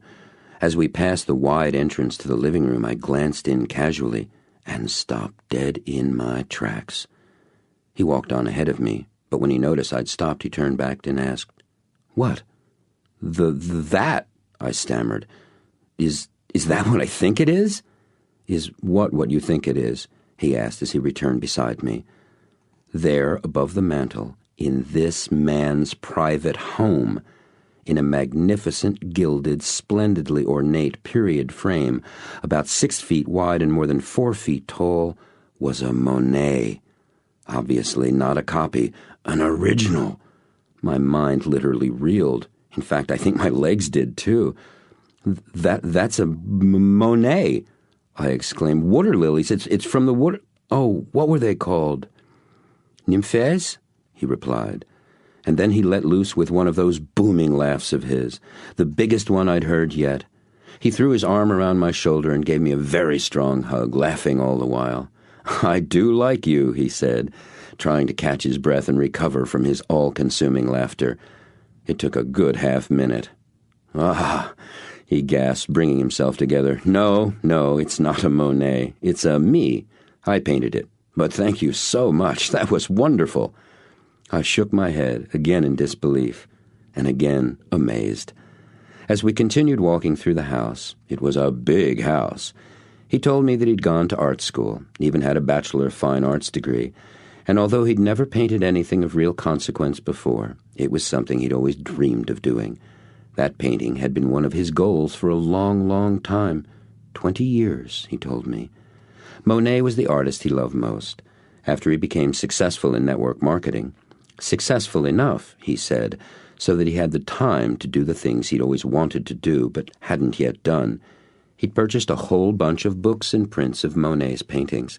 He studied them and then set out to paint his own work in a style close to Monet's. He'd succeeded more than admirably. His painting looked like a museum piece, and I told him so. Thanks, he said appreciatively. I think when I die, I'll look back on my kids and that painting as my greatest contributions. And then he added, like Teddy Roosevelt charging San Juan Hill, to the bath!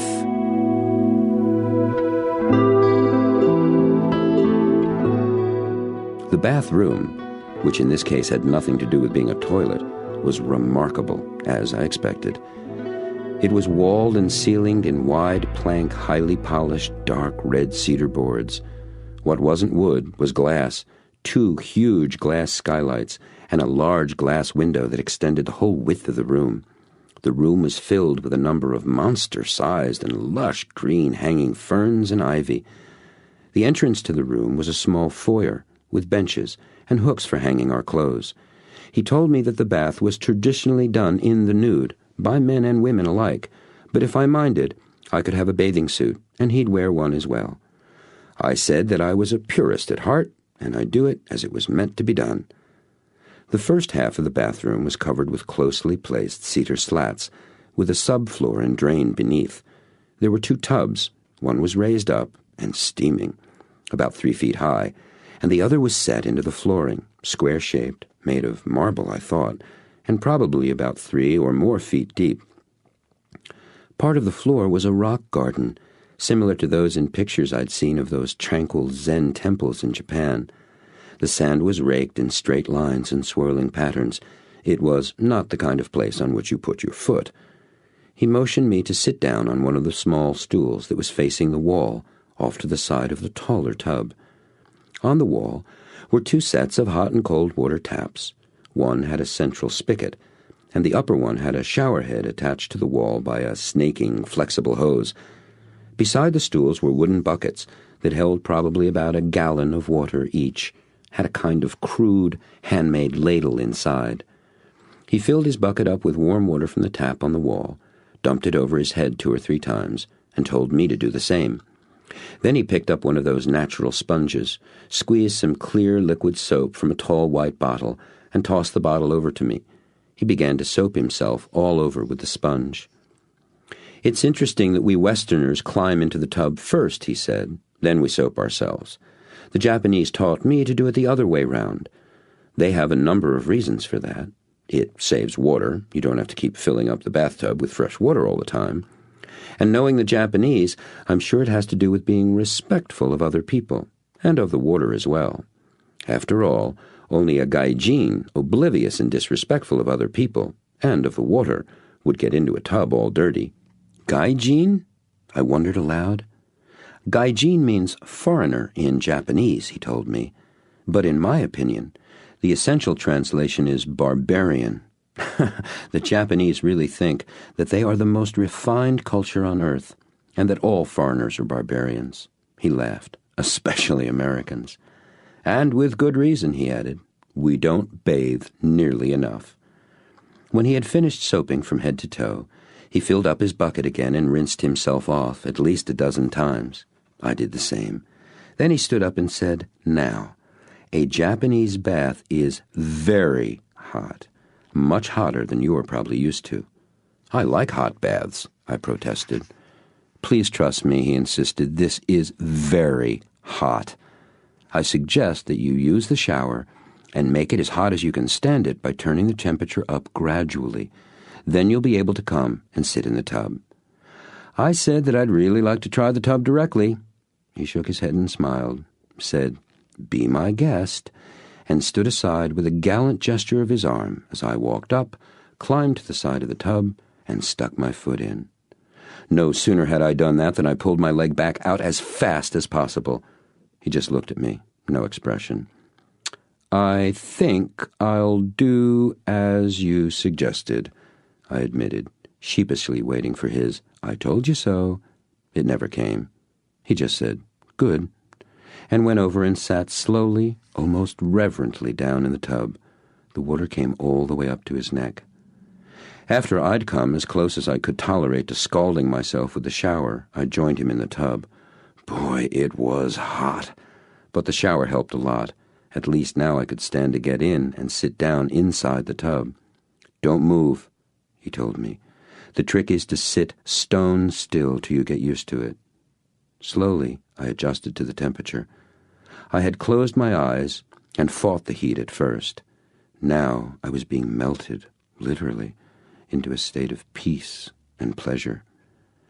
When I finally opened my eyes, I saw my friend had leaned his head all the way back on the edge of the tub and draped a hot washcloth over his face. I looked around. The whole room was filled with a light, steaming mist coming from the hot tub. I imagined he probably didn't want to talk at that moment, but I mustered the courage to ask quietly if he was willing to tell me about being. He slowly removed the cloth from his face and smiled, a deeply satisfied smile. Sure, he said, took a deep breath and began, as usual, with a question. Who are you? Great, I thought, another easy one. I was silent for a long time. I knew just saying my name wouldn't do. He just asked me another question. So I waited and thought about the question some more. After a small-scale eternity, I said, I am the sum total of all the experiences I've ever had, all I've thought about those experiences, and all anybody's ever told me about me and them. His eyes blinked open wide with a start, and to my delight, this time he was the one who said, Amazing. I wasn't sure whether he was speaking to me or to himself. I honestly did not expect that answer. That's wonderful. I must say, whether it was the anesthesia of the bath or just the joy of hearing those complimenting words coming from him, I did feel quite wonderful at the moment. Thanks, I said, uncharacteristically forgetting to preface my gratitude with, Gosh. Very good, he said, with genuine enthusiasm, now clearly addressing me. And do you know what all of that, your thoughts and the thoughts of others about you, add up to? My being? I asked, and answered at the same time. Close, he said. It's what your sense of your being comes from, what creates how you be in any situation. It adds up to your habits of belief, what some people call your belief systems. I don't say belief systems just because I don't think people really understand that term. Most people think systems are so complicated that they're powerless to change them. Besides, I maintain that our beliefs are habits of thought we have, and because they are simply habits, we know how we got them and how to change them too. Habits, he continued, are things we think or do without conscious attention, without being aware of them. The moment we are aware of what we are thinking or doing, it's no longer a habit. It's a choice. So, can you see, We can change our habits by making conscious choices? He asked. Yes, I said, and I did see that very clearly. So, he continued, we have these habits of belief about ourselves, and the reason they are so important is that they control what we have, do, and be in our lives. We were back at have, do, and be, and my face must have shown that I was still not on solid ground here. Let me give you an example, he said. I grew up fat. When I graduated from high school, I weighed 250 pounds. Really? I exclaimed. Well, you're not fat now, and I'd bet you'd be a whole lot thinner after this bath. Quite true, he nodded, laughing with me. But seriously, although I've actually weighed around 175 for years, I spent much of that time still believing I was fat. You see, for almost 30 years, my experience had given me all the evidence I needed to see myself as fat. What's more, other people were quite willing to contribute to that evidence, and so was I. Every chance I got, whether I knew it or not, I would simply add to that belief by believing it some more. My mind had gotten the I am fat message literally thousands of times. In school, I was the brunt of fat jokes and lots of cruelty about being fat. When I first lost a good chunk of weight, I bought slimmer pants that were really much too tight for me. Now, I thought I was doing that because I was glorying in finally being thinner, finally being able to fit into a smaller size. Then one day I realized that, in fact, by buying pants that were too small and having my belly bulge out over my belt, I was continuing to live out my belief that I was fat. Later on, after I'd lost over 75 pounds, I'd mention something about being fat, and people would be shocked.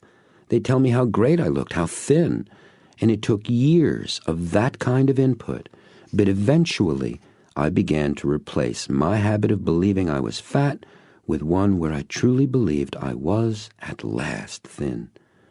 That whole process took more than 15 years. He closed his eyes and visibly shuddered. "What a waste," he said. He was silent for some time. Then he took a very deep, slow breath and opened his eyes as he let the air slowly escape his lungs. Some Buddhists teach that life is suffering, and his voice was filled with a powerful emotion. And I agree to a point. What they do not teach, however, is how darn unnecessary it is. Being, suffering, being anything can be changed if we literally put our minds to it. We only need to change our minds, and we do that all the time. We just have to learn how to do it on purpose. I believe that's what Christ was teaching when he said, "Turn to him the other cheek." He was telling us, resist not evil, just change your mind. Habits of belief are created the same way as any other habits, simply by doing the same thing over and over until you don't think about it anymore. That means you can create a new habit the very same way, just as I did when I replaced my fat belief habit with a thin one. I just changed my mind. Now, when I first did this, I was unaware of what I was doing. I didn't see how the thin talk I'd begun to hear from others, and from myself, was changing my habit of belief that I was fat. Think of it as a balance scale in our minds. One side is weighted down with all the talk and experiences that make up our predominant habits of belief. But we can change that simply by adding enough weight to the other side as we create new habits. "Do you see what I'm talking about?" he asked, holding his hands out in front of him, palms up, moving up and down like the two sides of the scale. I did, and I said so. "Okay," he said, "so if you accept what I've said so far as if it were true, what's the first question you've got? How do you change the habit? Replace it with a new one. How? How'd you get the original?" he asked, then answered the question himself. "You got it by having a thought about what you believed, then another, then another and another and another. Pretty soon, you didn't have to add any more thoughts. Your habit of belief was in place.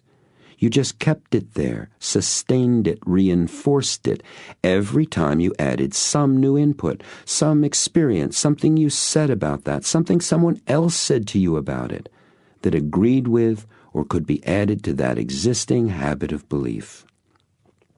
So, I said, you begin replacing your existing habit of belief. What did you call it? Dominant? Predominant? Predominant, he offered. Right, so you begin replacing your predominant habit of belief by adding new thoughts to the other side of the scale, right? Right, he agreed. What kind of thoughts? Thoughts which are about the new belief you want to have. Yes, he shouted, and jumped up out of the tub.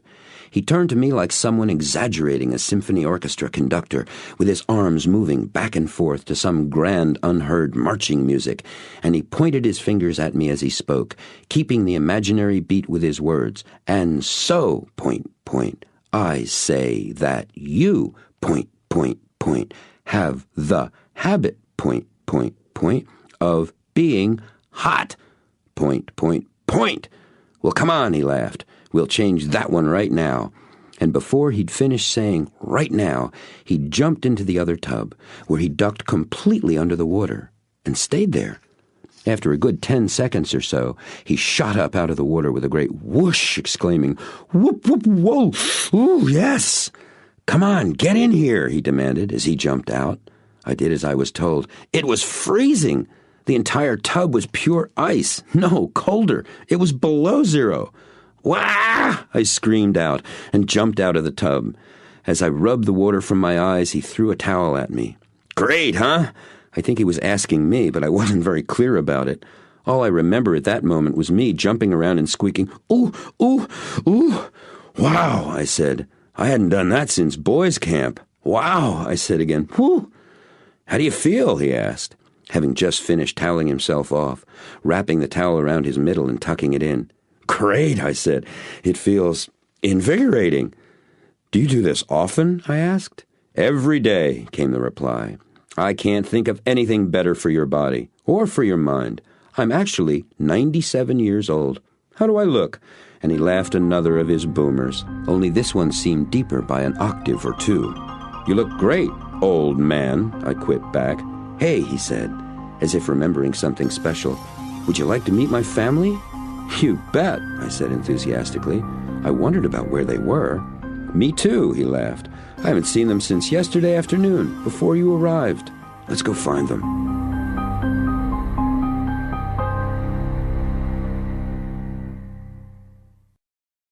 Chapter 9. Housekeeper, Master.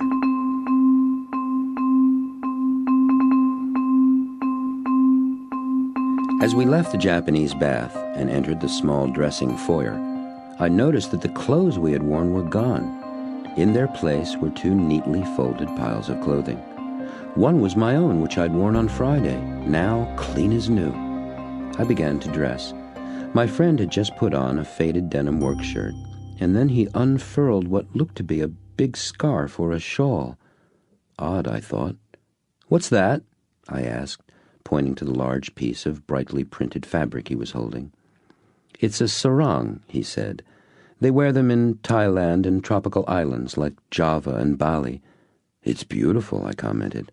"Thanks," he said. "They are the single most comfortable garment in the world," he added. "Want to try one?" Sure," I said, a little hesitantly. "How do you wear it?" He walked over to some drawers that were built into the wall and pulled out a bright blue bolt of cloth with a white and dark blue embroidered border. "You're a blue person, aren't you?" he asked. "Am I?" I replied with some curiosity. "Your clothes," he said, pointing to my pile on the bench, "are all blue." They were. I was a blue person, all right. He showed me two different ways of tying the sarong. I chose the one I liked best, which was different than the way he had his. He just pulled his around himself and tied a knot in the front. The way I wore mine seemed more, well, conservative, more formal. Following his careful instructions, I wrapped it around me once, held the two ends off to the side, pinched the two sides of cloth where they were closest to my body tight together, made a couple of back and forth folds, tucked them back into the whole thing, and folded the waist down all around. I can't imagine that anyone would understand all of this based on that description. It's one of those things like tying a necktie that you've got to do yourself to get how it works. As we were walking back through the house, I asked, "How did our clothes get there? I didn't hear anybody come in." "Probably Rachel, that's my wife, but it could have been Rebecca, that's my daughter, or Kazuko, she's the woman who takes care of us." "Kazuko?" I repeated the name just to hear myself say it. "That's Japanese, too." "Yes," he laughed. "You've noticed my love for things Japanese." "Kazuko-san is a joy, but she's a very difficult woman," he said, and I couldn't tell whether he was serious or not. He must have noticed what I was thinking, because he added in mock protest, "It's true. You'll see." We walked into the living room with that marvelous MLMer Monet over the mantel, and he told me to sit, while he went over to a huge French country wardrobe kind of thing, spread the doors open wide, and did something I couldn't see. I guessed that was where his stereo was kept, as the music filled the room. Amazing, I thought. "Country music?" I asked. "A man of many tastes and talents," he answered. "Pop quiz. Who's singing?" he asked me. Emmylou Harris, I guessed, guessing the name of probably the only woman I was certain sang country music. "Good guess," he said, peering out from around the door of the wooden cabinet. "K.T. Oslin." "Well, I'm no big fan of country music.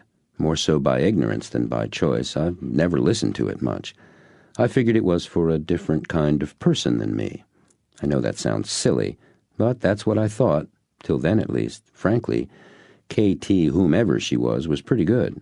What a trip, I thought. Stereos hidden away in French country antiques, mock Monet on the wall, just come from a Japanese bath, sitting here in a sarong, listening to country music. Talk about stranger in a strange land. I loved it.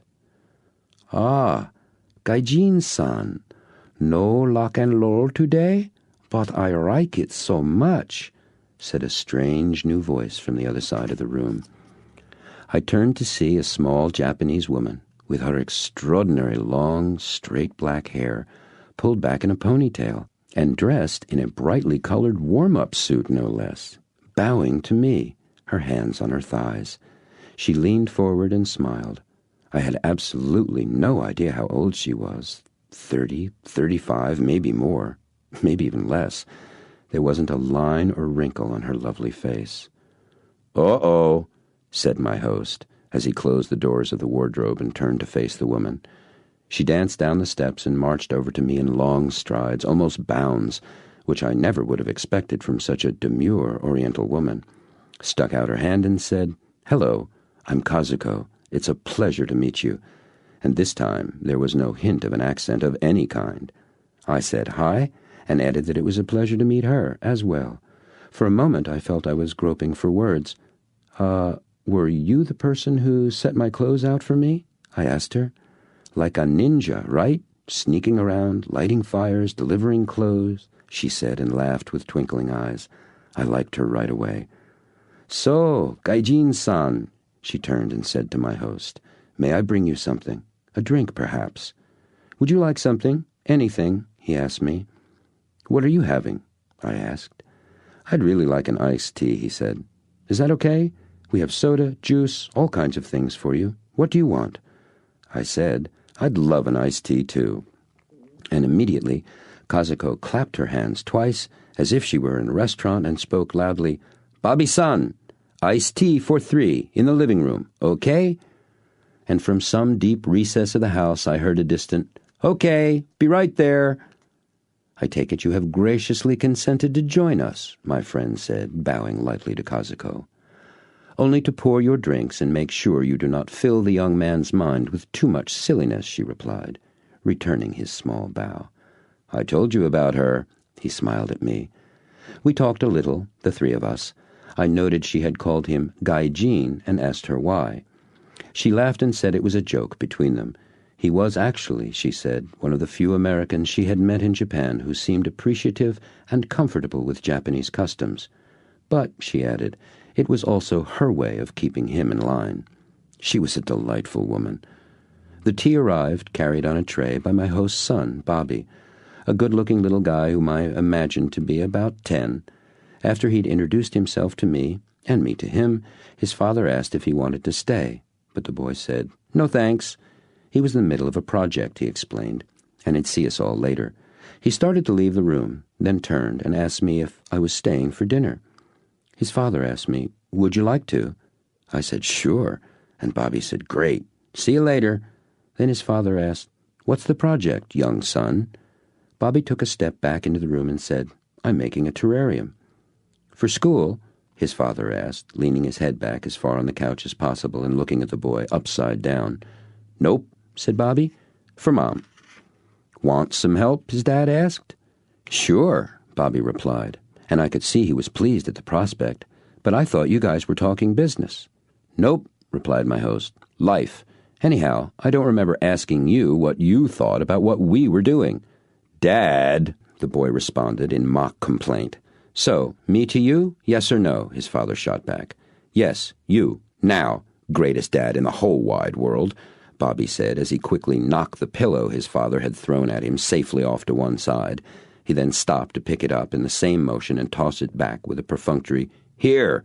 to his father, who had stood up and started out of the living room. "Put this back where it belongs, like a good father." "Bright boy, charming boy," the greatest networker said, sounding like Scrooge on Christmas morning from the movie A Christmas Carol. "I think we shall let him live with us for another year," he observed as he left the room, and added a classic Schwarzenegger-ese, "I'll be back."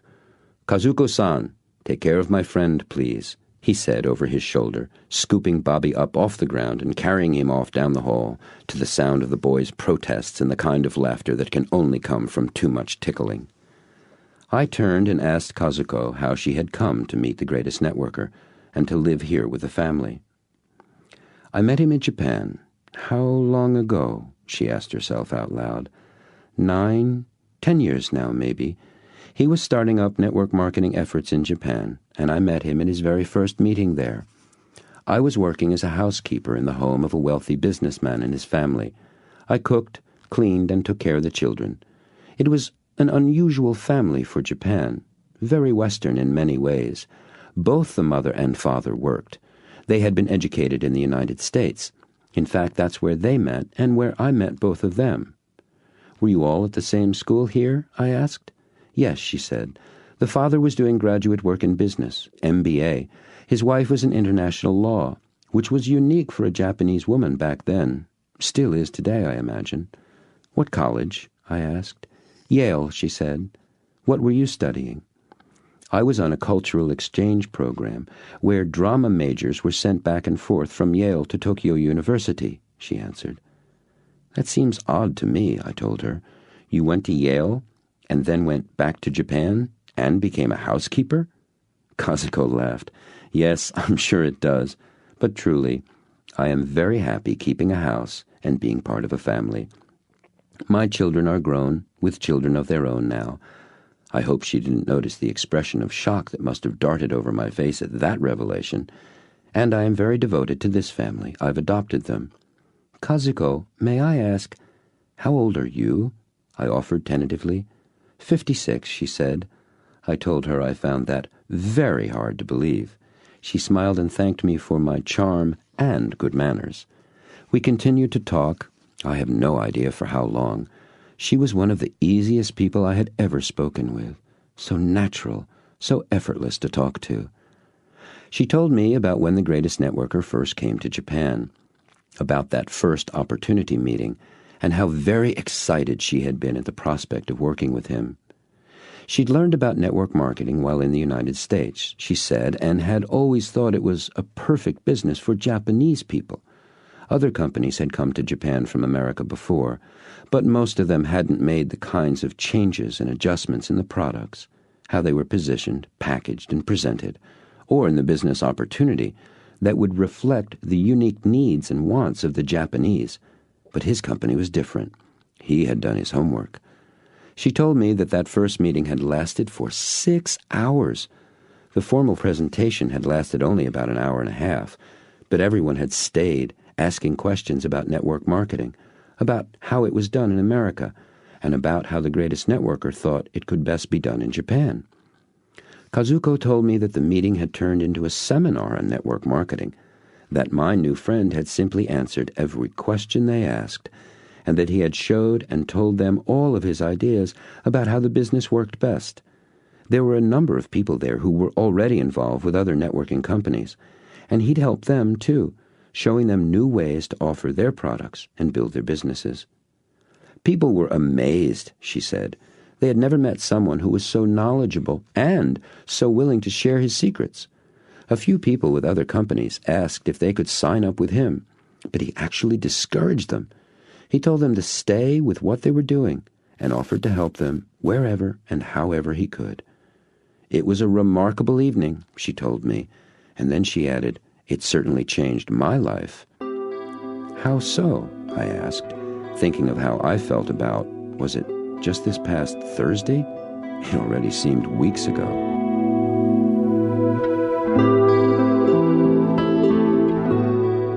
There were a number of high-powered businessmen present, she replied.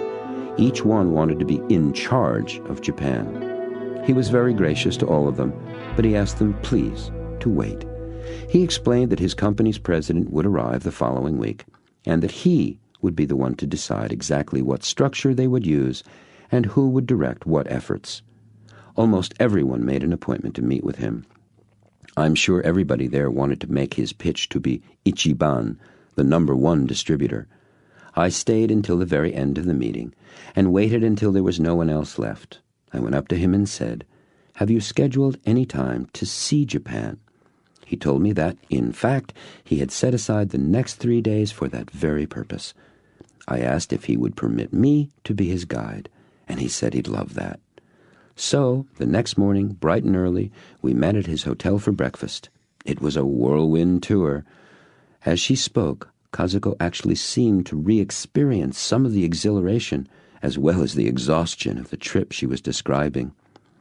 She told me about all the places they'd visited, how he said he wanted to visit the Peace Park in Hiroshima, how moved he was when they did, and how deeply his emotions had touched her as well. She described how much he enjoyed the food, from the salty traditional breakfasts and late into early morning trips to the sushi bars, to a quick bowl of steaming noodles while waiting for the Shinkansen, the famous bullet trains that rocket across Japan, to the formal 11-course kaiseki dinners, which cost more than $500 per person. Kazuko told me that she'd never been so many places in her own country in such a short period of time, and that although it was very rushed, that they both had the most wonderful time.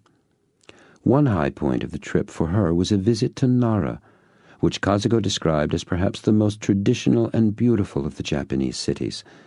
She told me that in Nara, you were more likely to see businessmen and women wearing kimono, the classic robe, and obi, sash, than anywhere else in modern Japan.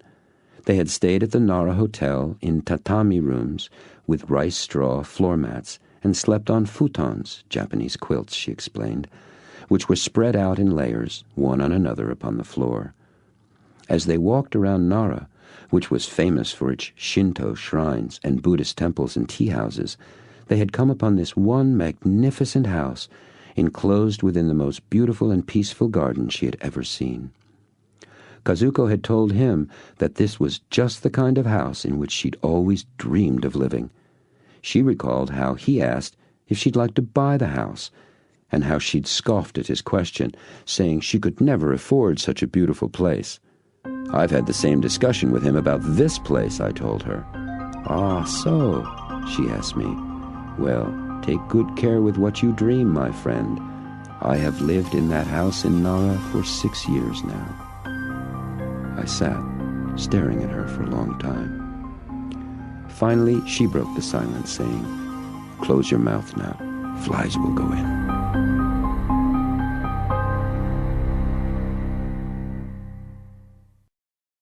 Chapter 10. Appointments with Freedom.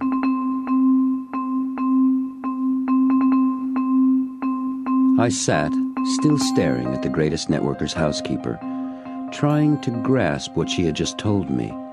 She politely ignored my stare and continued with her recounting of my host's first visit to Japan. When they finally returned to Tokyo, she said, as they were sitting in his suite at the Imperial Hotel, he asked her what she would do to establish a network marketing business in Japan. Whom would she choose to direct the effort? With whom did she think and feel would she want to work? By whom would she want to be sponsored? It was so much more of a question that I could answer then, she told me. I knew that it was terribly important to him, but I honestly felt that any one of the businessmen at the meeting would be a fine choice, and I told him so.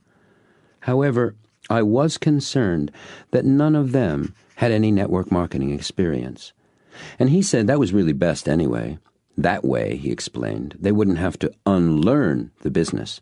It would be difficult enough to help them shed their conventional sales and marketing approaches without having to change what they thought they knew about networking, too. We talked for a number of hours, she told me. In fact, well into the next morning. We talked about what I thought would work best in Japan, about how Japanese people worked and lived, and what I thought they valued most and wanted most in their lives. I kept trying to get him to tell me what he thought, but he just wanted to know my answers. I know exactly what you mean, I told her. He asked more questions than anyone I've ever met. We laughed. As we did, the greatest networker came back into the room and sat down in a chair facing Kazuko and me. So, he asked, did Kazuko enlighten you? She was telling me about how you met, how you began your networking business in Japan, and how you never let her ask you any questions, which sounded pretty familiar to me, I told him. He laughed and asked, did she tell you she was in charge of our network in Japan? No, I said with surprise. She didn't. Kazuko-san, he scolded. Tell him the truth. He chose me to be in charge of our Japanese operations, she said directly. He caught a lot of flack for that at first. His company's management wanted a high-powered businessman, but he kept telling them to give the job to a housekeeper. She laughed. Can you imagine how they felt about that? Anyway, he told them I was the best person. I understand. They argued a great deal about it. No, we did not, he interrupted. I simply made them a deal that was in their best interests. Oh, yes, you certainly did that, she laughed, turned to me and said, he told them to give me the position for 1 year, and that if I did not exceed their sales and distributor goals by 100%, he would sign over his commission checks back to the company for the next 12 months. Really? I was again amazed. Yes, she said. What's more, he never told me he'd done that. I only found out about it on our first anniversary meeting when his president and some other company officials from America came to Japan. Tell the nice man what the sales goal was, Kazuko. To reach $500,000 a month in Japan by the end of year 1, she said, matter-of-factly. And tell the nice man what you actually accomplished, he prodded. No, you tell him, Gaijin-san. She threw it back to him, pretending displeasure. Our little housekeeper here, he informed me, was the fastest-growing, most successful distributor in the history of the company worldwide. Her group, which included all of Japan, did just under $11 million in total sales for their first year. Kazuko became a millionaire before the end of her second year in the business. Incredible, I gasped, and I must have looked very shocked indeed, because he pointed to my face, and they both burst out laughing. My friend, he said, leaning forward toward me, in this business you will only achieve what your habits of belief allow. I chose Kazuko because I saw that she believed anything was possible. She had no limitations in her paradigm for network marketing in Japan. She had none for herself either. She did not believe that it couldn't be done, and she refused to listen to anyone who told her otherwise. Ignorance is bliss, Kazuko added, smiling. It's true. I had been blessed with parents who raised me to believe I could do anything I wanted. anything I set my heart and mind to. And that was quite something for a Japanese woman to grow up with, believe me. Besides, she said, my dear friend here spent literally every waking hour of every day with me for almost 6 months to get our business started. All I did was follow him around, translate, and do what he taught me. That in itself was one of the most powerful lessons I learned. And now I've done that with all my key people, she added. How many leaders do you have? I asked her. 9 key leaders, she told me. Well, how many people have you sponsored totally? I asked in surprise. Oh, 50 or so, she said. In 10 years? I asked, again, quite surprised by her answer. Yes, she responded, in 10 years. That's another thing my sensei here taught me. He told me that every highly successful network marketer he had ever met had earned the majority of his or her income from the sales generated by 2 to 5 individual distributor groups built by leadership distributors. He said to look for those 4 or 5 people, to ask all my new people right up front if they were committed to achieving that level of leadership and success. And he told me to focus my efforts on developing those men and women who had made that commitment. So I did. What about people who didn't want to make that kind of commitment? I asked her. I gave people what they wanted, she said. Remember, I'm a housekeeper. I take care of people. So I simply provided people the level of support and gave them the time and attention that was appropriate for where they were and what they wanted to accomplish. But I was very clear what I wanted. I wanted leaders who would duplicate themselves. I never made judgments about what prospects or new distributors wanted, Kazuko said. I asked them. And some of them did not want to build large networking organizations at first. I knew that for a number of those people, they simply didn't believe great success was possible for them. So I always worked on establishing habits of belief that supported them in becoming all they truly wanted to achieve. A number of my leaders today were people who had no idea they were capable of such things when they first began. Do you still sponsor people? I asked. Oh, yes, she answered, but not very often, and not usually directly. I help my people downline sponsor, and when I meet someone new and exciting, I match them up with one of my people with whom they'll enjoy working the most. Well, I sat back even deeper into the couch. I'd heard all of this before, read it in books and interviews in networking publications, but I'd never sat face to face with someone who'd actually done it.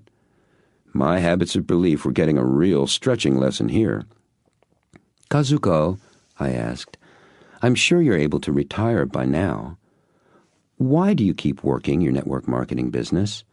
And why are you still a housekeeper? I am involved in network marketing because I love it, she said. There is nothing else I would rather do. It is how I earn my living. And the emphasis with which she said my living made it very clear to me that she meant more than a job or even a career. I'm still a housekeeper, she smiled as she said the word, because I like it. And you know, I've come to realize that housekeeping is excellent training for leadership in network marketing. Really, she added in response to the disbelief on my face. Network marketing is all about taking care of people, and I like taking care of people, especially this gaijin, she added, pointing bluntly towards my host with one thumb as if she were hitchhiking. Her obvious affection for my host showed easily through her feigned nonchalance. This is my sensei, my mentor. It is an honor for me to be with him. I learn constantly from him and from the family. You haven't met Rachel yet. You will. He will, yes? She asked him. I trust so, he answered, though I'm not sure where she is. Have you seen her today, Kaz? No, I haven't, Kazuko replied. Today's the 25th. Is that a show day? Every day's a horse show day in the spring, he said. I thought today was clear. I'll have to check my commitment book. I know we have an appointment for dinner, he added. Commitment book? I asked. Like an appointment book, he answered. You make appointments with your family? The idea of that fascinated me. Yup, he answered, with Rachel and the kids too. Ah, I asked hesitantly. Would you tell me about that? Sure. What do you want to know? He asked. Well, it seems strange to make appointments with your own family, I said. That's a nice opinion, he said. Then he repeated. So what do you want to know? Well, it seems a little cold, doesn't it? Not to me, he answered. It works for us. I make business appointments, and I make family appointments. Making them helps me keep them. They're my commitments. But, I said, doesn't that take the spontaneity out of things? Just the opposite, he said. That's one way I make certain I have the time for being spontaneous. He noted my puzzled look. Let me explain. There was a time when my family took second place to my work. Truth is, far distant second. I love working. There's nothing in this world I'd rather do. And because of that, I was putting my family second. I'd get to them when it was convenient, when there was free time, after my business was completed. Well, at one point I noticed there never was any free time. Every time some space would show up, so would something to fill it. I had my life all scheduled, and no time for them. And no time for myself, for that matter. So, I asked, what's missing?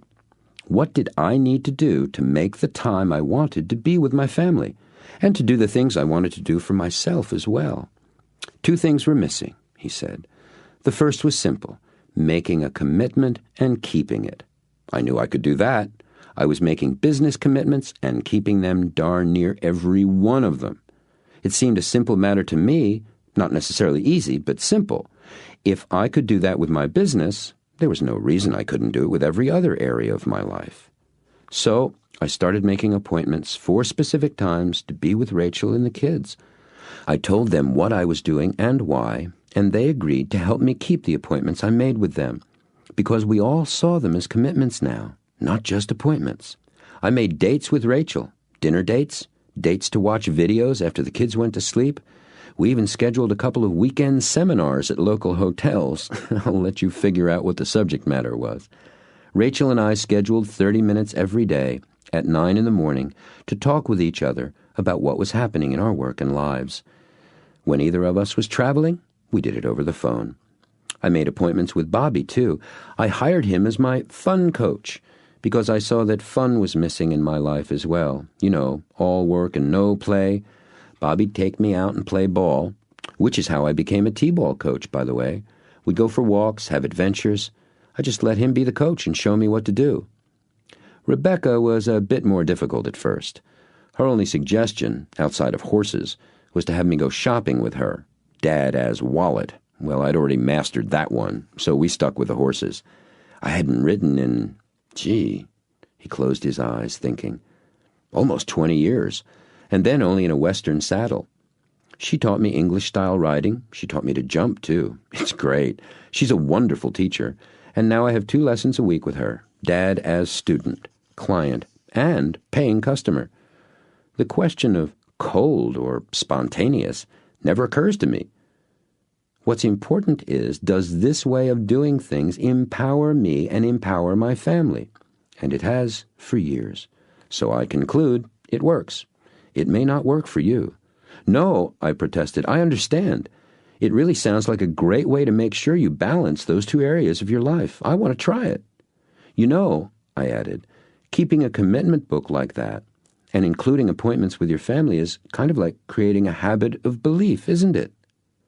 Bright boy, charming boy, the greatest networker said, just as he had done earlier with Bobby, and sounding again like the transformed Scrooge. Can we finish our talk about habits? I asked. Let's, he said, leaning forward, and rubbed his hands quickly back and forth with a smile. But first, remember I said there were 2 things I found which were missing in my being able to spend time in my life where I really wanted. Yes, you did, I agreed. Making and keeping your commitments was one. What's the other? As soon as I began to honor my commitments, what showed up immediately was how little freedom I had with my job to make new ones. He spoke slowly, and with emphasis, as if treating a very serious topic, which I immediately realized he was. I thought I was a big deal, 6-figure salary, all the benefits, called the shots. After all, I owned my own business. I was the boss. Wrong. To tell the truth, I was shocked when I saw how little freedom I actually had. He stood straight up, spread his arms as if drawing a weighty conclusion for a college seminar. Time was what was missing most, and I knew the only way to have more of it was to create my life and my work with more time to do what I wanted. And that's where network marketing entered the picture, I guessed. And that's where network marketing entered the picture. He nodded in assent. I'd known about network marketing for years. I thought it was interesting, possibly even very powerful, but I didn't really understand it. I had too much baggage from being a conventional marketing man to see what the possibilities were. You could say, and you'd be right, that my habits of belief didn't permit me to see myself being successful in network marketing. So, what did you do? I asked, fascinated.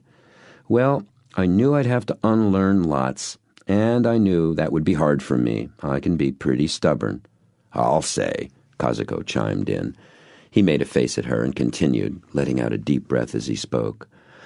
So, I selected a company with a superb reputation, one which had been around long enough for the unique ups and downs of this business to make them strong, which had solid management with field experience, an excellent product line consumers loved once they tried it and would continue to use forever, so there was real residual income, and the very best sponsor I could find. In fact, the sponsor I wanted, he continued dramatically, was the greatest networker in the world. Whoa, I exclaimed. Wait a minute. I thought you were the greatest networker in the world. Yes, some people say that, he admitted. But if that's true, what does that make the person who taught me everything I know about this business? I see, I said, unconvincingly. I didn't see. This Hitchcockian twist had my mind spinning more than a little. I actually sat there stunned. There's an even greater networker than he is? I looked over at him and then at Kazuko, and they just sat there grinning, like two kids just barely keeping a secret. No answers there. Okay, I said, expecting to say more, but nothing came to mind or mouth. Come on, he said, standing up and rescuing me. Let's go find my sponsor. It's her, I thought. It's got to be his wife, Rachel. This is amazing, I announced to myself out loud, as I followed him and Kazuko out of the room and out of the house.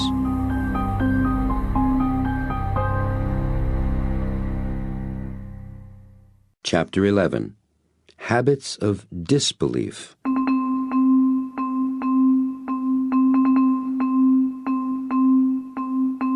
We walked across the flagstone parking area in front of the house, past his office study and on down to the horse barn. As we approached the stables, I saw a long horse trailer, the kind that would hold at least 4 horses, attached to a hefty-looking pickup truck with an extra set of back wheels. There was a clomping of hooves and the sound of voices coming from within the trailer as we walked along its side to the end, where a young woman was coaxing a tall gray mare backwards down the loading ramp. The entire length of the horse's neck and upraised head towered high above her. "Oh, come on," she chided the horse. "You know what to do. Stop being so stubborn," the girl said, as the horse came off the ramp and wheeled around, prancing and moving sideways. "Unlike her owner," my host commented. "How'd you do, Beck?" he asked the girl, who I assumed was his daughter, Rebecca. "I was awful," she said, empathetically, "but Mom was brilliant. 4 blues and 1 green. 6th? What happened?" he asked. "My saddle squeaked," came the answer from within the trailer. "She lost it, too, with the judge," Rebecca said with a laugh. "You should have seen her, Dad. She was livid. I thought she was going to punch him in the nose. She told him next time she'd oil her butt and stomped off." What's really funny, she continued, is he's the judge she hired for the Red Mountain show. Young lady, admonished the voice emerging from the trailer. Forget it. Oh, I was so, that man. And the angry voice trailed off. Standing before me, clad in the high black boots, riding breeches, tailored blue blazer, and white blouse with the high collar of an equestrian, was Rachel. She pulled a net off her hair and shook her head rapidly back and forth, her thick, long chestnut hair spreading out around her head, making her look like a most attractive version of Medusa. She looked over at me, walked over to me, stuck out her hand, and in the softest, deepest, most alluring voice said, "I'm Rachel, and I am the nicest, most demure woman you will ever meet." Then abruptly changed her voice to loud and strong to the point of venomous, "And I am so ticked off that I am not fit to be pleasant to you or any other mortal. Forgive me," she declared dramatically and stomped off into the barn. I stood there in shocked silence. So did everyone else. Slowly, the silence was replaced with the kind of giggles and snickers that emerge after laughter's been held in as long as humanly possible. Everyone burst out laughing, my host most of all. All I could manage was a smile. I felt I dared not join in. Finally, as everyone composed themselves, Kazuko said, "I go to make ready the Queen's bath. Should I up the temperature 20 degrees or so?" "Don't bother," said my host. "The minute she gets in, it'll shoot up higher than that. Boy, is she steamed. I don't think I've ever seen her so angry at anyone besides me, and that was at least 12 years ago, and I was still drinking. Whew! Rebecca, did she actually hit him?" "No, Dad," said the girl, "but she should have. It was really uncalled for. She had a perfect ride, and Cassie was perfect too. I think he just didn't want her to take all her classes." "Looks like he picked the wrong lady to be overly fair with today," he observed. "How did she find out about the squeaking bit? Did she see the sheet?" "Yeah," Rebecca said. "She made a beeline for the judge's stand after the class. We all told her not to go up, but there was no stopping her. Dad, she had smoke pouring out of her ears." "I'll bet," he laughed. "Well," he said as he turned to me, "you've just seen the most powerful woman I know being, well, powerful. Ah, me, she is something, she is. You're beautiful when you're furious," he shouted in the direction of the barn as he grabbed Rebecca and me by our arms and started toward the house, whispering, "Let's get out of here." We'd been in the living room talking for about 40 minutes. Rebecca had joined us after her shower when Rachel came in. As she said she would, Kazuko had made the bath ready for her, adding candlelight and incense to soothe her, Kaz told us. She had laid out Rachel's favorite robe and a glass of lemonade, which Rachel now placed on the coffee table as she sat down next to me on the couch. She put her arm through mine and looked directly into my eyes and said, "Well, you must be pretty special. I haven't delivered a performance like that in at least 7 years." I heard the networker chuckle. "And even then I reserved my melodrama only for my husband." "So what makes you so special?" she asked. Before I could say a word, she spoke quickly. "Oh, he's blushing," and she squeezed my arm with hers. "I like him," she informed her husband, and she smiled over at me. "Where'd he come from?" She asked no one in particular. "I met him Thursday evening at the meeting in town," said my host. "I asked him to come to visit Friday, and we've been together ever since." "So," Rachel turned back to me, "what have you been doing?" "I really don't know where to begin. There's been so much." I was coming close to stammering again. "Relax," she said, patting my arm. "This isn't a quiz." She laughed and leaned forward to sip her drink. "So, madam," Kazuko spoke, "you had quite a day, yes?" "Yes," Rachel said. "And thank you, Kaz, for the wonderful bath, the candles, the lemonade. You're a dear." "Pleasure," Kazuko replied. "You look like you needed it." "For sure," Rachel replied in a perfectly pitched Valley Girl voice. She turned to me again and asked, "So, really, what have you guys been doing and talking about since you got here?"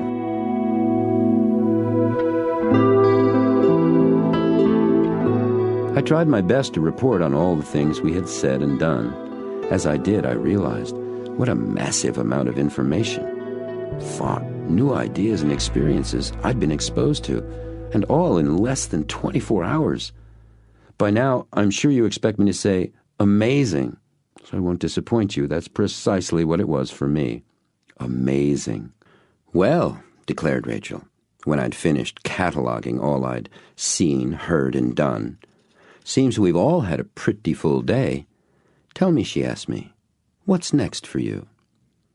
The place to start, I began, is to form habits of belief which support my goals. Bright boy, charming boy, she said to her husband. I've told him so, he agreed. Quick study, too. Good, Rachel said, turning back to me, and asked, so, where will you begin? I pondered out loud. With my goals, and some general habits of belief I already know will support whatever I decide to achieve. Want a suggestion? She asked. Sure, I said. Play with your habits of belief first. Tell me why you say that, I asked. No, she said flatly, though gently. You tell me. I was beginning to see what a powerful pair these two were, and where the greatest networker got some of his greatest networkerness. Okay, I said slowly. I suspect that my habits of disbelief, and I paused for their reaction to my use of that phrase. It came instantly. Good, he said. Rachel smiled and said, Continue, my clever friend. I did. My habits of disbelief affect my ability to create my goals realistically. And by that I mean without the limitations of what I've thought was possible. The kind of habits I have now, or at least have had until now, have gotten me to where I am now. So they obviously need some work because I'm not where I want to be. So, I continued, first step, balance or begin to balance my scales. Bright boy? Charming boy? I asked them. Touché, said Rachel, and true, too. Okay, said the second greatest networker, leaning forward from his seat. And how is that done? That's my question for you, both, I said, and I sat back, waiting to see what came next.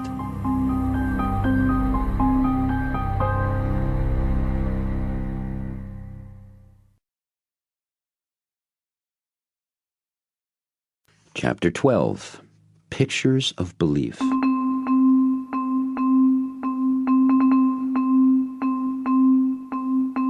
My instruction continued with a slight change of venue. We'd all moved from the living room to the kitchen. Time again was flying, and it was past 6 o'clock, when Kazuko inquired if anyone was interested in eating. The unanimous yes sent Rebecca off to look for Bobby, and Rachel to change her clothes, while the rest of us went in to prepare dinner.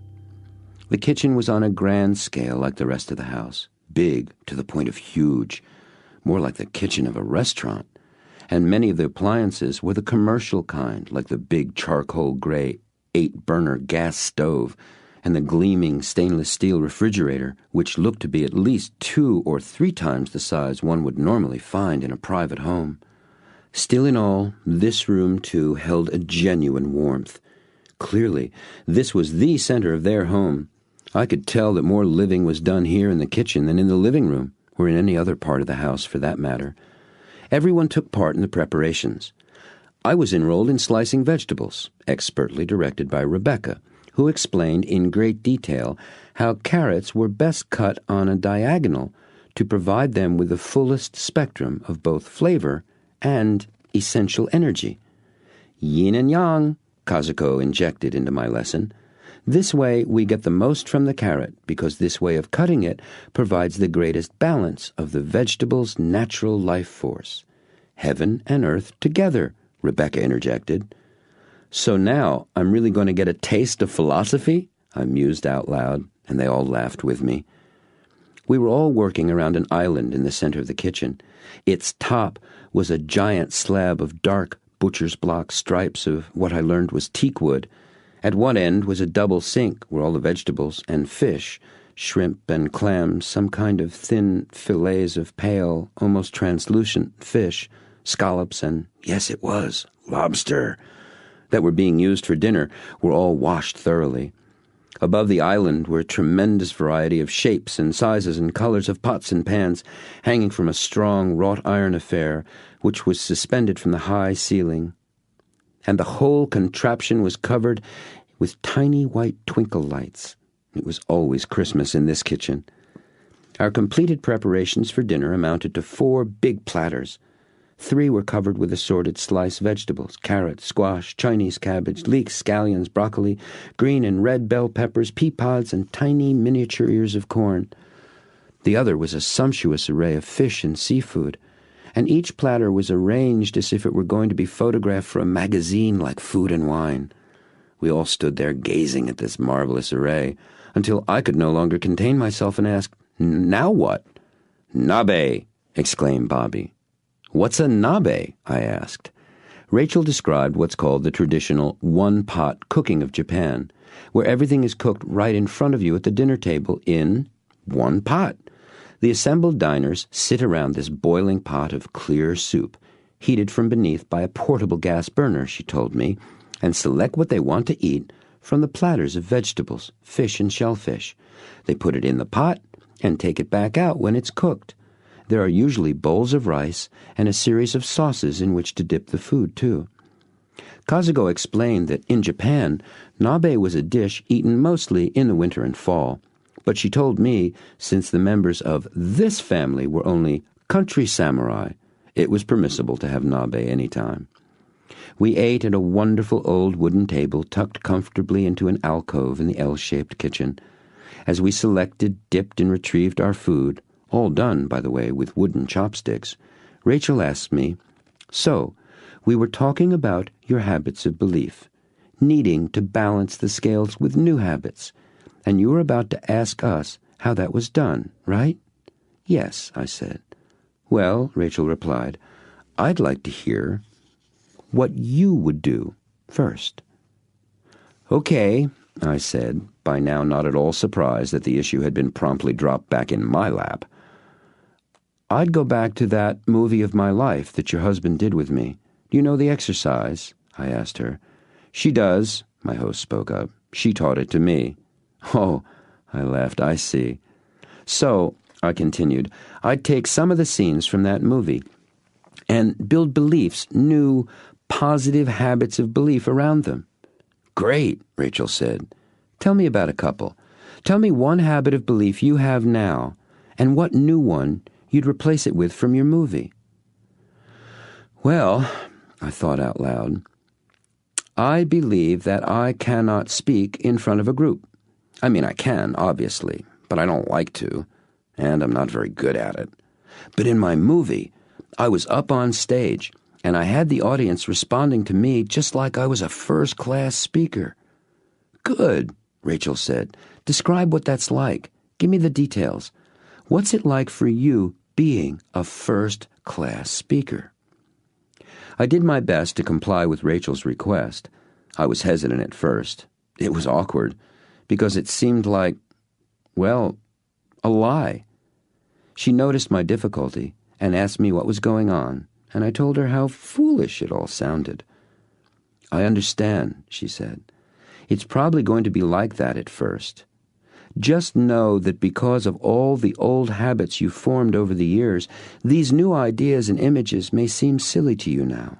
After all, you know you're not a polished speaker, so the very idea of saying or believing you are something you are not seems ridiculous." "But I can see," I interrupted, "that it's the way to go. I mean, I know what's going on here is I've got one old habit rejecting a new one. It's kind of like the old habit is fighting for its life a bit." "Very good," Rachel said, and I could see she was genuinely pleased. "Charming boy," her husband added. Go on," she encouraged. "Well," I said, and sighed deeply, closing my eyes to bring to mind the image of me standing on the stage in front of that applauding crowd. I was shaken out of my imagination by Rachel's hand on my arm, and her gentle yet insistent, "What were you doing just now?" "Well," I told her, "I was bringing up the picture of that scene from my movie and looking at it, remembering what it was like. what they look like, how I felt, the sound of their applause. "Terrific!" she exclaimed. "Why so terrific?" I inquired. "Because what you just did, remembering that picture in your mind, is exactly the process you use to alter any habit of belief you have on any subject, anywhere, anytime. Even though these pictures are imagined, your mind accepts them as if they were real, as if they were actual experiences you had and were simply remembering. See," she continued, "you're balancing the scales, adding new images, new pictures of your new beliefs. Your mind works in geometric progression, too. It just keeps multiplying the number of times you remember or relive the experience. And in no time, the scales will begin to swing the other way. In fact, they already have. Once they start to pick up some momentum, even just a little, swinging in a new and opposite positive direction, you'll change your actions in direct proportion to those changing scales, to your changing habits of belief. Do you see what I'm saying?" See what I'm saying? Odd. I actually did see what Rachel was saying. I had in my mind this picture of this set of scales with a pile of stuff weighing down one side, shifting and beginning to have the other side grow heavier, even begin to take on a kind of glow of importance as it sank down. I told her what I saw. Rachel sat back in her chair and looked at me with a broad smile. "I could look at you or hug you," she said. "I think I'll look first." "What does the other side look like?" the greatest networker asked me. "Excuse me?" I said, not understanding what he meant. "The other side of the scales," he said.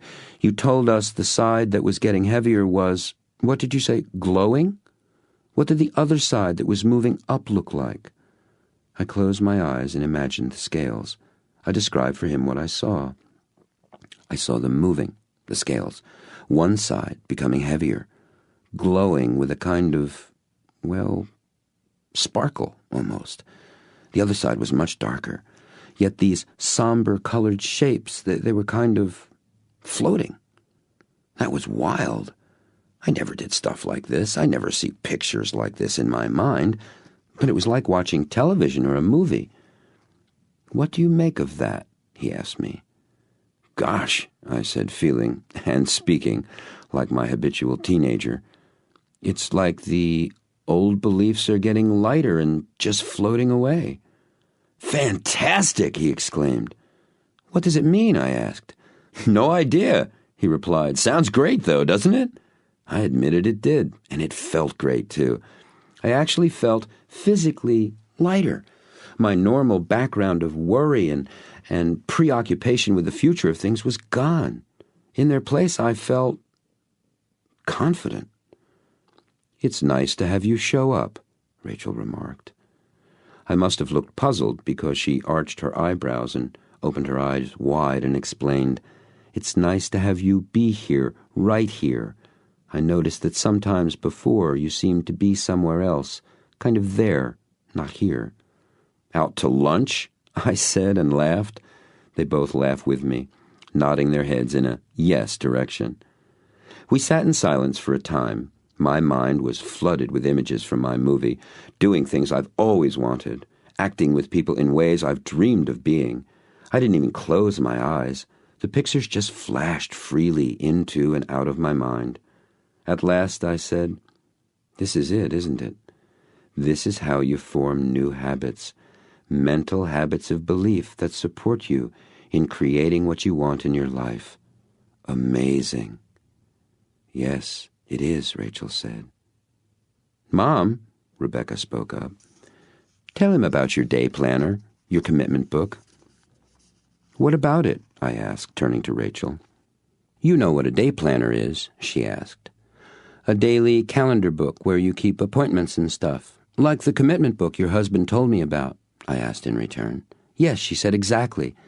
Becca and I each have a clear plastic insert in our day planners. Same type page slipped inside, both sides, so you can read it whether it's facing left or right, with a complete description of all of the habits of belief we want to create on them. We read them every day, first thing and every night, just before we go to bed. Throughout the day, whenever I glance at my commitments and things to be done, I pick out a sentence or a whole paragraph, read it, then close my eyes and imagine the picture of me doing that or being that. I guess I probably do that 20 or 30 times every day. I've done it for years now. That's how I got my horses, Rebecca told me. I put a couple of pages in my 3-ring binder notebook at school. One was the story I wrote about me having my horses. The other was a whole bunch of pictures cut out from magazines and books. She added confidently, I thought Dad was going to shoot me when he found the horse books I used from the library with the pictures cut out. I did shoot you, he replied. I have a picture of me doing so in my commitment book. And we all laughed. Seriously, Rebecca said, I looked at it every day, lots of times. One day, she said, covering her impish smile temporarily with her hand, I was looking at it in English class when the teacher snuck up behind me and asked what I was doing. I was really embarrassed. But I told her the truth, what it was and what I was doing it for, and I guess she thought it was okay. Okay? Her father interrupted. I'll say, he said, as he reached across the table and messed up the hair on top of her head, all to Rebecca's protests of, Dad! The teacher made the whole thing into an assignment, he said, with obvious pride and delight. She had Beck's entire class construct their own stories of belief they wanted. Bring in magazines, not books, he said, glaring at Rebecca. Cut out pictures and paste them on the back side of the stories they'd written. She even made a requirement that they all include in their stories and pictures getting an A in English that term. No kidding. Did they? I asked Rebecca. Yes, she replied, shyly looking down for a moment. The whole class? Everyone? I asked in disbelief. The whole class, Rebecca replied, and this time all shyness was gone from her face and voice. I was sold. Anyway, Rebecca continued, I got my own horse about, 6 months after I started changing my beliefs.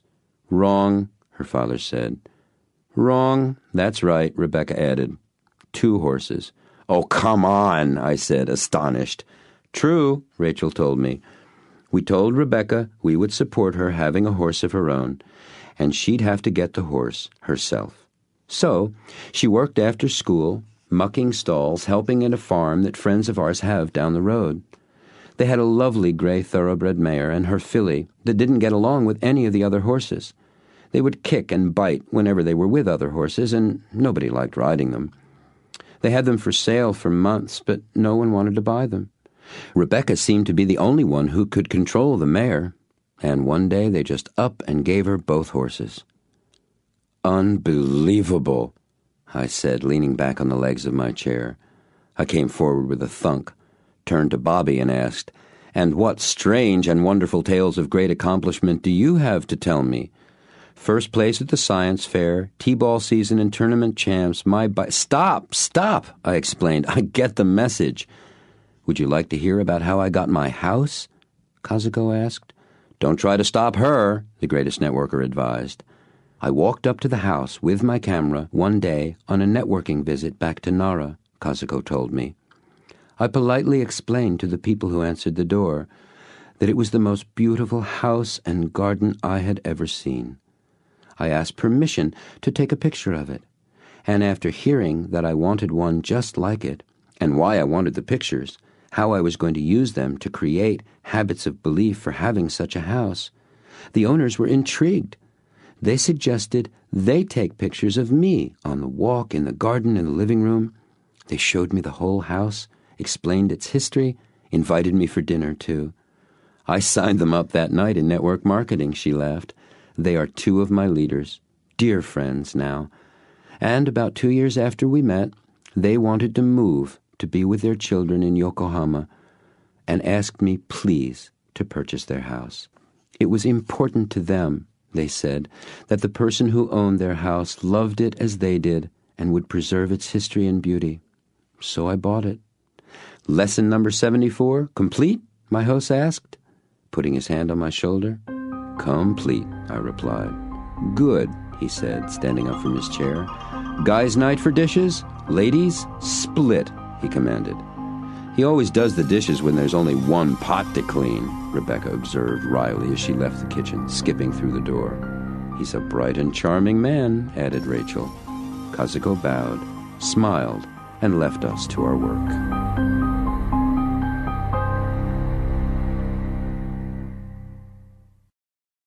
Chapter 13. Teaching Teachers.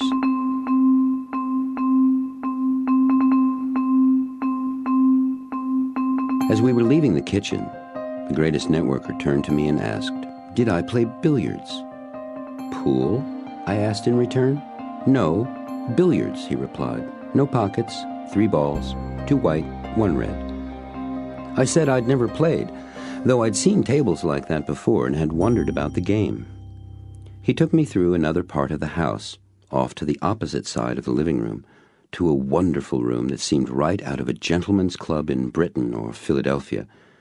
I fully expected a couple of old, white-bearded gents in smoking jackets, holding cigars and brandy snifters, to show up at any moment. The room was arranged around a vividly green billiard table, made all the more bright by a bank of 3 sets of shaded lights, clustered together, that hung in a straight row down from the ceiling above the table lengthwise. The table itself was an antique, heavy and old, with ornate hand carvings all over the sides, and claw and ball feet. There was a brass plaque on one end which read, "Presented to Anthony and Rebecca. Happy 30th anniversary." I looked up at him after reading the inscription, and he answered my unspoken question. "Rachel's mother and father. Her dad taught her to play. She taught me. She is, as you've seen, a superb teacher," he said. "She is that," I agreed. "What makes her so good," he said, handing me a cue after rolling it back and forth on the table 2 or 3 times, with a "try this one," "is her devotion to having her students surpass her.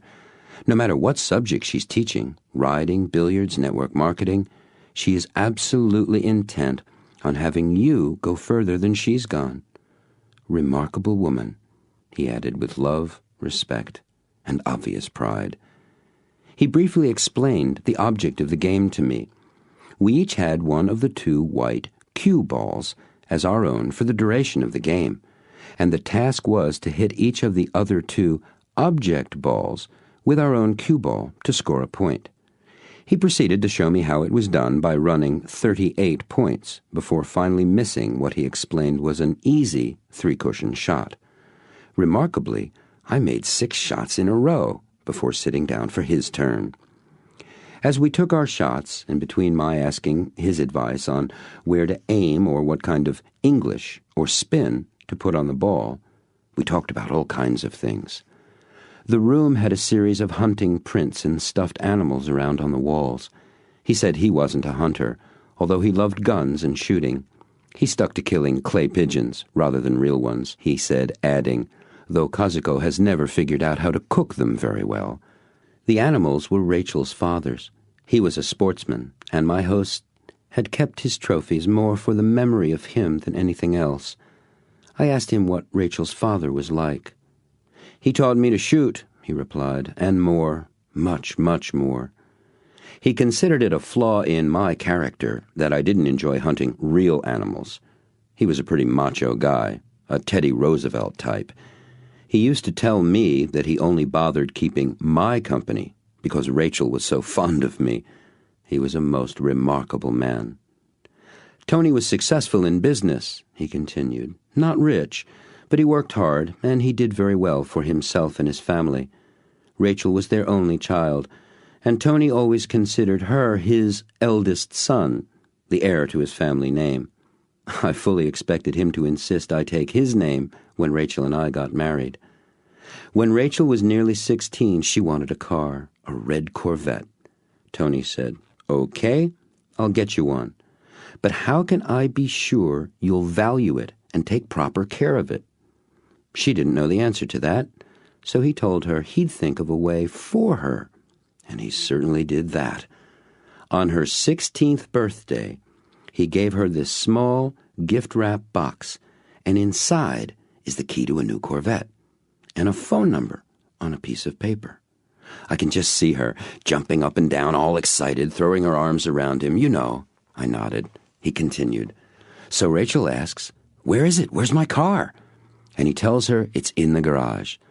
So she runs to the garage to see it, and there it is, in pieces. I must have looked shocked because he said, "No kidding, in pieces, hundreds of them." He'd bought her the car all right, and then he had a local mechanic take it completely apart, engine and everything, and lay it all out over the garage floor. "Amazing," I said, and it was. I told him I couldn't imagine somebody doing that. "Boy, I couldn't either," he said, until I met Tony, that is. So picture this. There's Rachel. She's standing there looking at all these parts scattered all over the place, and he comes up to her and asks, "Do you want to know what the phone number's for?" She says yes, and he tells her that's the name of the mechanic who'll help her put the car back together again. He's expecting her call, he says. "What did Rachel do?" I asked, still incredulous at the whole affair. "She put it together," he said matter-of-factly. "Took her 4 months of nights and weekends, but she did it. She drove that car for over 17 years. Tony was right. She took incredible care of it." "That's amazing," I said. "Tony was amazing," he said, shaking his head with the memory of the man. From his use of the word "was," I assumed that his father-in-law was no longer living, so I didn't ask about that. He asked if I'd like to see the guns Tony had given him. I've never owned a gun, not even a toy as a child. My mother was adamant about no guns. But I do admire craftsmanship and quality, of any kind, and the guns he showed me were magical. You could see and feel how fine they were. They had the spirit of excellence all about them. His pride and joy were a magnificent pair of matched Weatherby, his and hers, field shotguns, fitted into a wooden, green velvet-lined case that had belonged to his father-in-law. 12-gauge for him, the lighter 20-gauge was a woman's gun. Much of the metalwork on the guns was engraved in hunting scenes, like the prints that were hanging on the walls. I asked if he and Rachel shot together, and he said they had. I asked who was the better shot, and he said he was. I asked if he intended to teach Rachel to be better than he was, and he said, "No. I've already got enough trouble keeping up with her. Besides, if Tony didn't teach her to be a crack shot, you can be sure she wasn't all that interested. So I'll get to keep being a better shot all for myself, at least for a little while longer." He laughed and then promptly missed a truly easy billiard shot. "Whoops," he said. "I think Tony's trying to tell me something."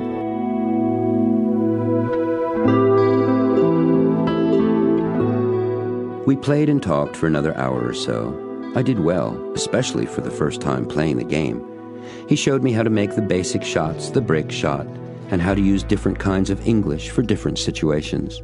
I thoroughly enjoyed the game. Billiards is very much like network marketing, he told me, in many ways. It's a game of position. Certainly the shot right in front of you is important, but you must also think ahead, 2, 3 shots or more.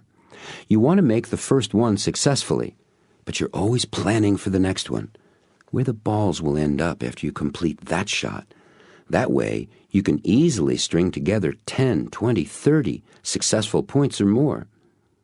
"Don't you lose your focus when you're planning so far ahead?" I asked. "No," he said, "you expand your focus, enlarge it to include the future." He stood up, away from the table, and leaned on his cue. "You're making sure you see the big picture, how one action fits into another and then another. That also builds momentum. And when you approach your business building from that larger perspective, your priorities shift and you begin to focus on longer-term concerns." "Such as?" I asked him.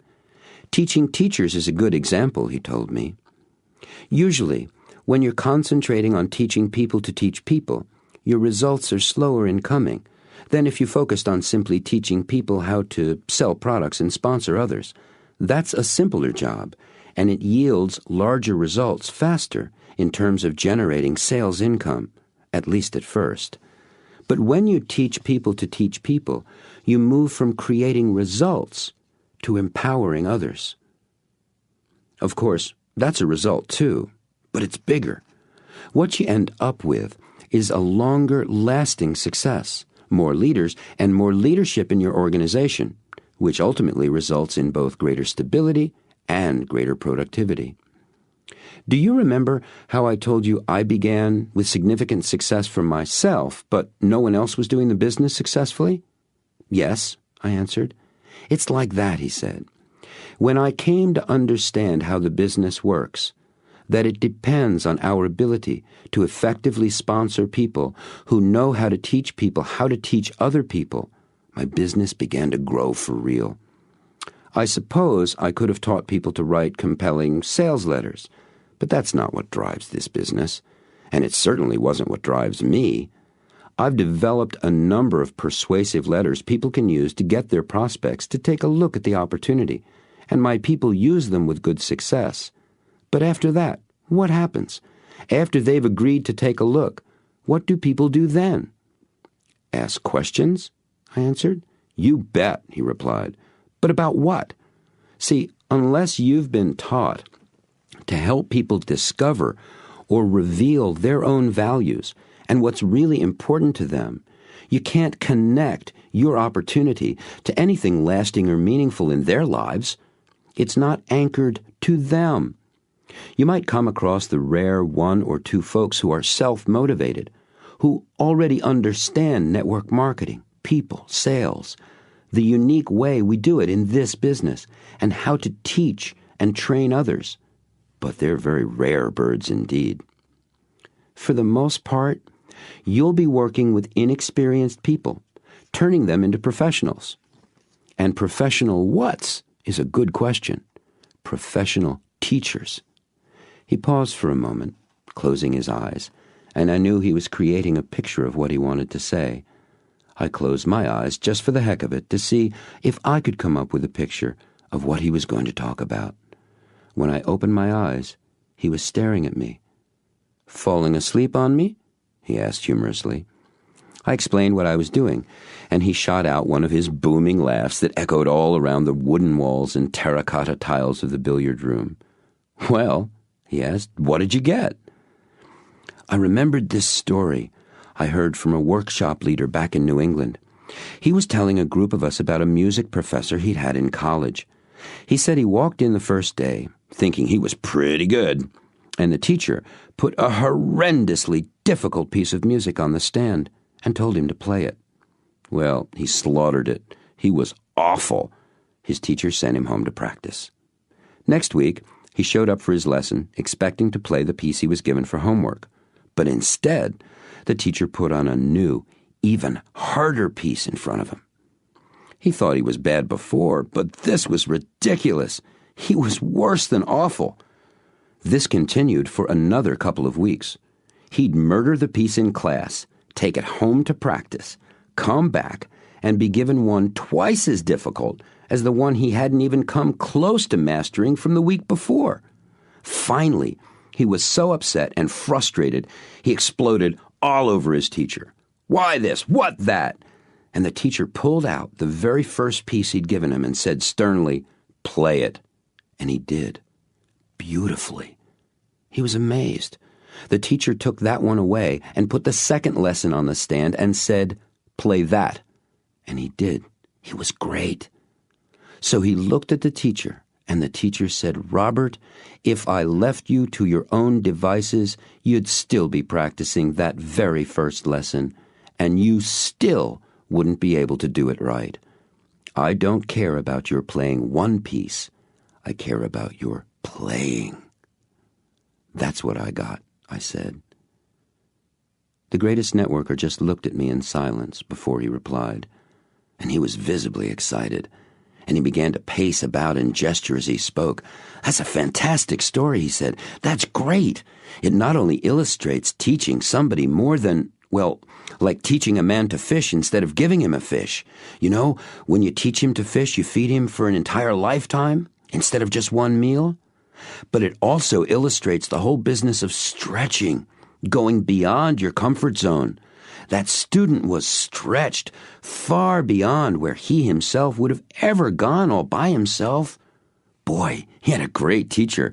I'd like to have that guy in my networking business. What guy? Asked Rachel, entering the room, and to her husband asked, Ready for our walk?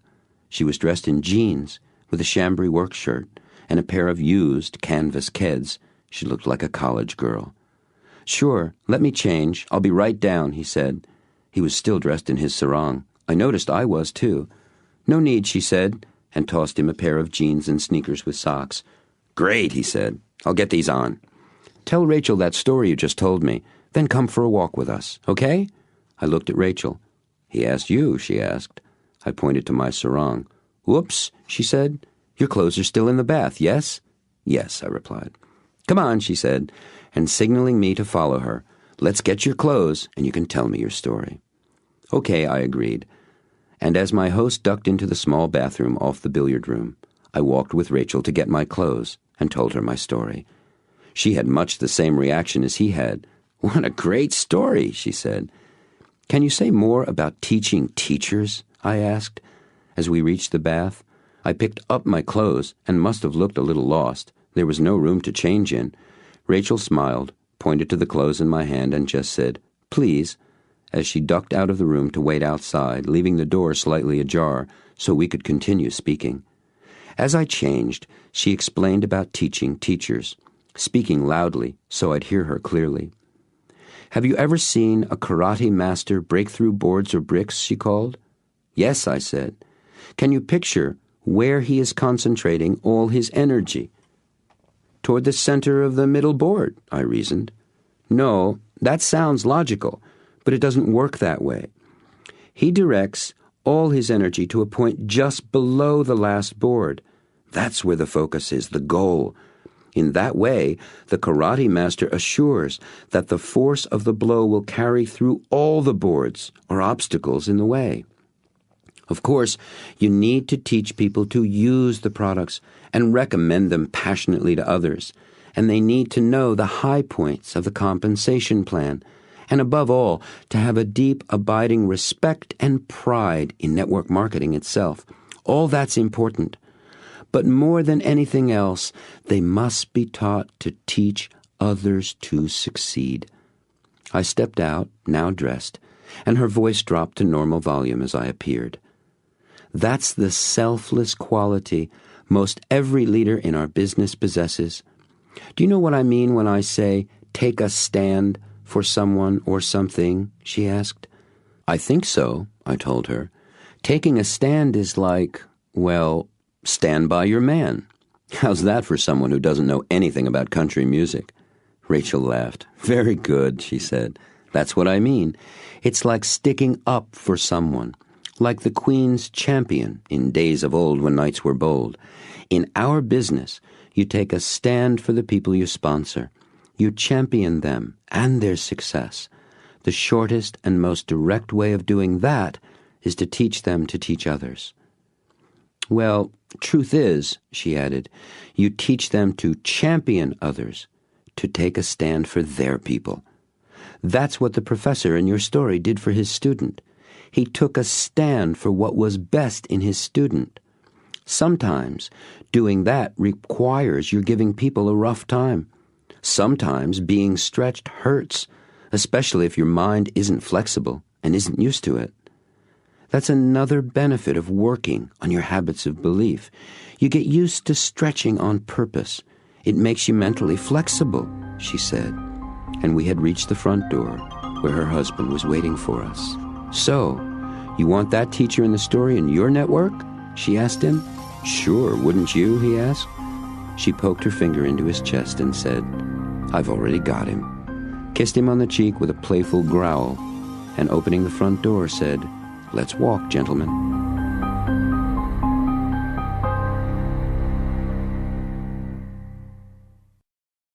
Chapter 14. What's your next step?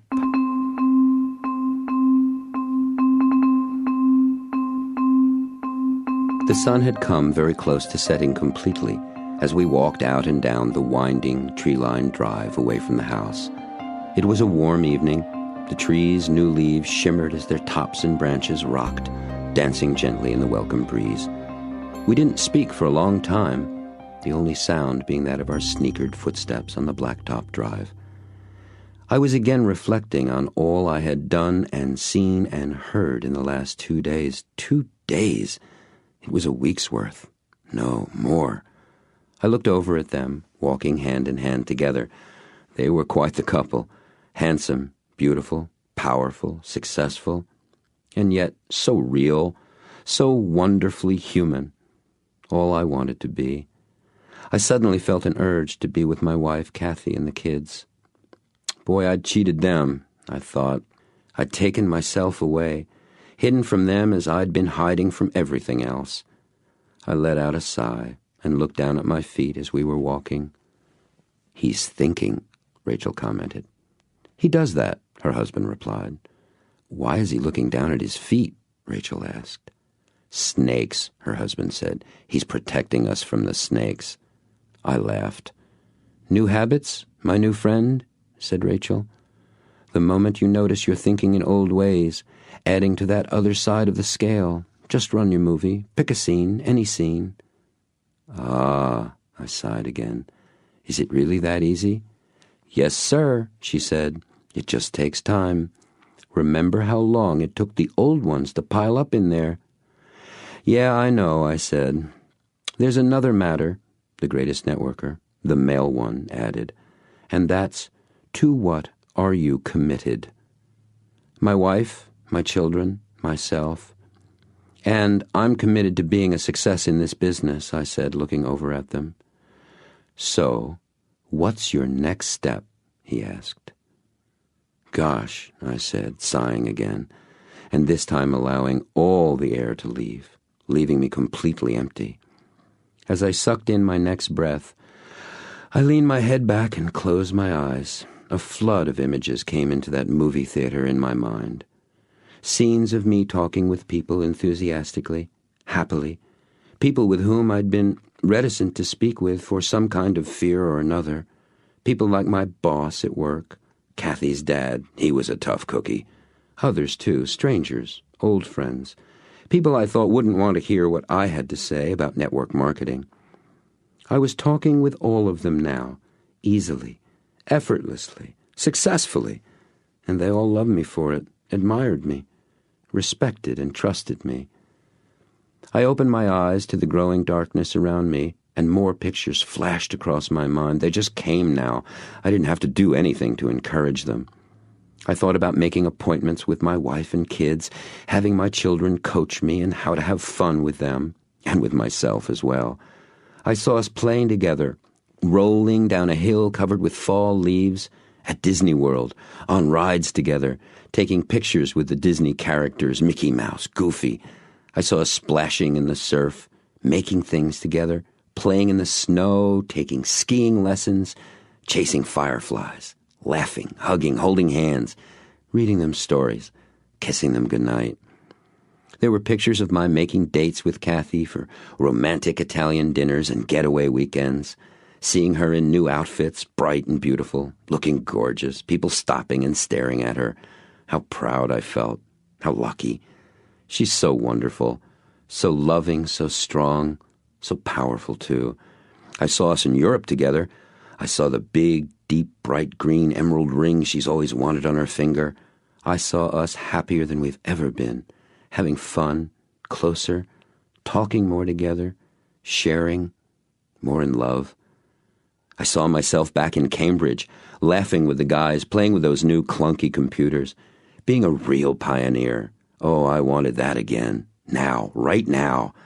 I wanted that feeling of doing something few people had ever dreamed of doing, and having it be a lark, a ball, a grand and glorious game of discovery and invention. I saw myself dressed in new suits, Italian, English, with real buttonholes, made of the most sumptuous, sensual cloth. I looked fantastic. Bright ties, matching handkerchiefs, elegant, with a gold Rolex.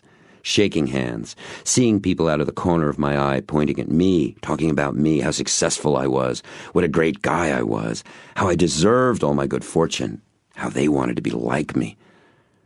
I pictured myself walking in the town of Nara, Japan, down the small picture postcard, cobblestone street in front of Kazuko's precious house.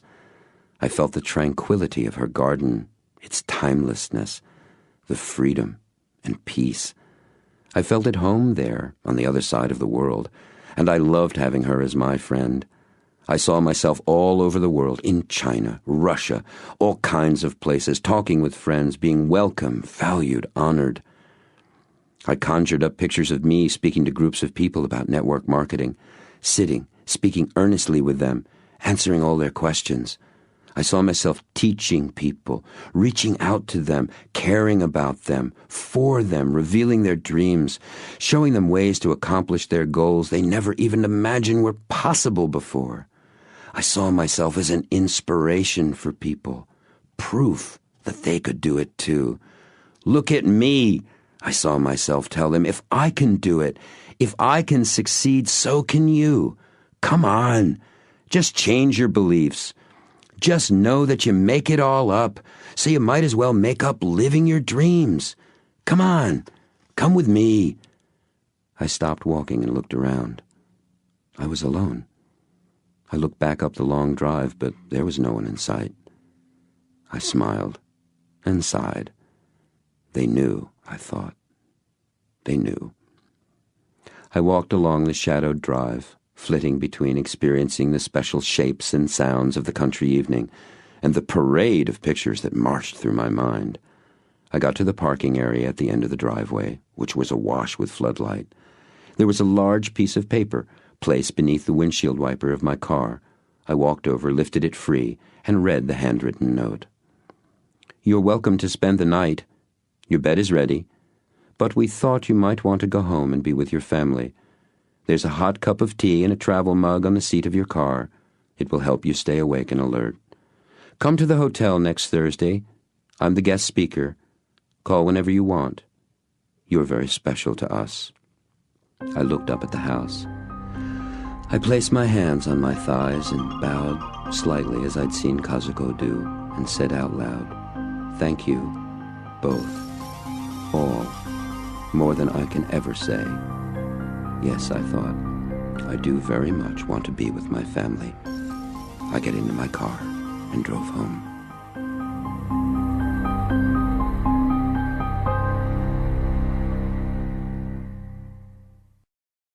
Chapter 15. The Beginning.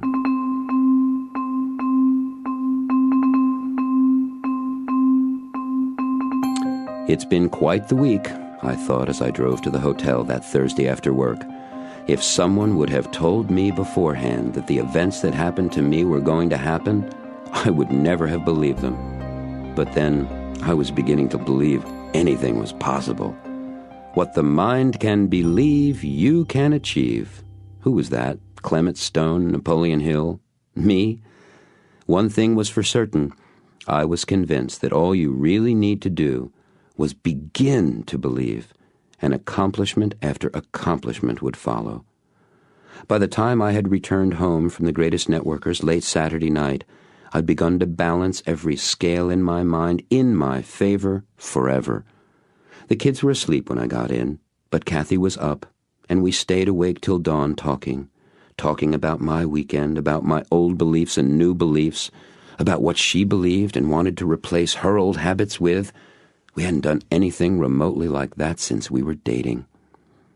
Even though I was dead tired from lack of sleep, that Sunday was the most fantastic day.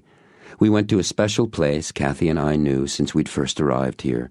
We hiked back up through the woods with the kids running around, then being carried, then running up and back the trail again.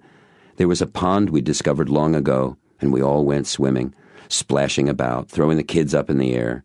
I cannot remember feeling so free, so relaxed, so at home with myself and my family. We all went to that Italian restaurant where the Greatest Networker had taken me for dinner that night. The valet remembered me. The maitre d' recognized me and said how it was nice to see me again. Kathy looked at me and raised her eyebrows. I loved it. Oh, and this you won't believe. Remember I was the guy who hadn't sponsored a soul? Well, guess what? That week, 3 new people. That's right, 3.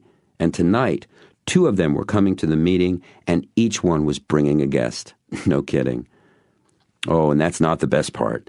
One of the people I sponsored, my boss. He'd come into my office the day before, just before lunchtime. He said, "Man, I don't know what you're taking, but I want whatever it is now." I laughed and told him if he'd buy me lunch, I'd give him a year's worth. He signed up with me right then and there. And it got even better. My boss said he'd been interested in network marketing for a number of years, but he'd heard some conflicting opinions about it, and he'd never really understood it before I explained it. He told me he'd been a teacher right out of college, but the money wasn't any good, and what he really wanted to teach people was about how to succeed in life. "Network marketing sounds perfect," he said to me. "How do I start?" Amazing. Everything was amazing. The truth is, my life had changed 180 degrees in just 5 days. I pulled my car up to the front entrance of the hotel. Chris, the doorman I had met the week before, came out and opened the car door before I'd turned the engine off. I said hello to him and asked if he'd be willing to park my car behind that gray pickup truck, and he said he'd be glad to.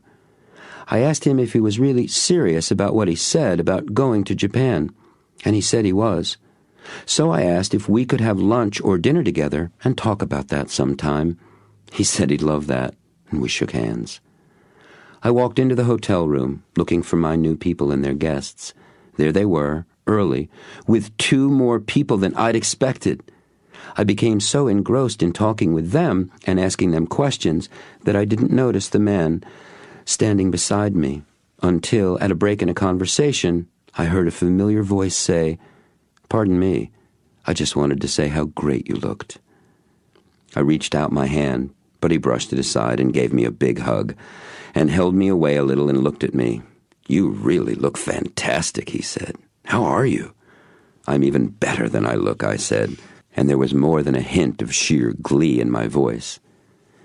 He nodded his head up and down, and then laughed that patented booming laugh of his. "I'll just bet," he said, his smile growing even bigger. "Meet my friends," I insisted, and he did. I introduced him to them, and I could tell by the expression on their faces that coming to the first meeting and being introduced to the greatest networker in the world was a tad more than they thought they'd signed on for. It was great. I stood back just a little as he welcomed them and began asking them questions. A couple of times he glanced over at me with an appreciative look and a nod as he learned that I had just sponsored them and how excited they were to be here. It felt so great. He turned to me and put one hand on my shoulder. "You are one very quick study, my friend." "I've had a superb teacher," I replied. "Thank you," he said, with genuine warmth and a squeeze on my shoulder. "Now," he said with a deep breath and a smile, "are you ready to surpass your teacher?" I looked into his eyes. There was no expression I could read there. I knew there wouldn't be. I closed my eyes and took a very deep breath. Images cascaded through my mind, vivid ones of me as a dynamic, capable, and powerful leader. "Yes," I said, opening my eyes and looking back at him. "Good," he said. "The meeting's starting. Let's sit down." The meeting was one of the best I'd ever attended. The energy was high, there was humor and laughter. It flew along from speaker to speaker, and I could tell by the faces of my guests that they were finding it interesting and involving too, and they were pleased they'd come. At last they introduced the greatest networker to an immediate standing ovation speckled with cheers and whistles. He stood in front of the group, acknowledging our applause. After we'd finished clapping and sat down, he remained standing there silently for a long time, just looking at us. He seemed to take in each and every face in the room. At last he spoke. "Tonight, I am going to show you the secret for success." Now, if you're listening very carefully, you noticed I said I am going to show you the secret. I didn't say I would tell it to you. You've all heard the secret for success many times, and for some of you, Hearing it has made a tremendous difference in your lives. But for most of us, just hearing about something isn't enough. Many of you have read about the secret for success as well. And although some of you have gained much from what you've read, the information alone was not enough to make a profound difference in the way you live and work. Do you remember, as a child, how you learned to walk or ride a bicycle? You were shown. You watched grown-ups walking. You saw how they did it. Then someone walked with you, helped you, picked you up when you fell, all the while holding your hands as sooner or later you boldly stepped out, moved your legs, and you walked. You were free at last. Someone put you on a bike and ran along beside you, holding the seat to keep it steady so you wouldn't fall off, and showed you how to do it. And one day, perhaps minutes after you were first shown how, maybe hours or even days, you rode that bicycle. It wobbled. You were afraid. But finally, you took off down the sidewalk, riding that bike all by yourself. You were free at last. In each instance, although you knew much about how to walk and ride, that knowledge alone wasn't enough. You knew all about how, but you couldn't do it yet. Knowing that information wasn't enough. In fact, what you knew was actually of little use to you.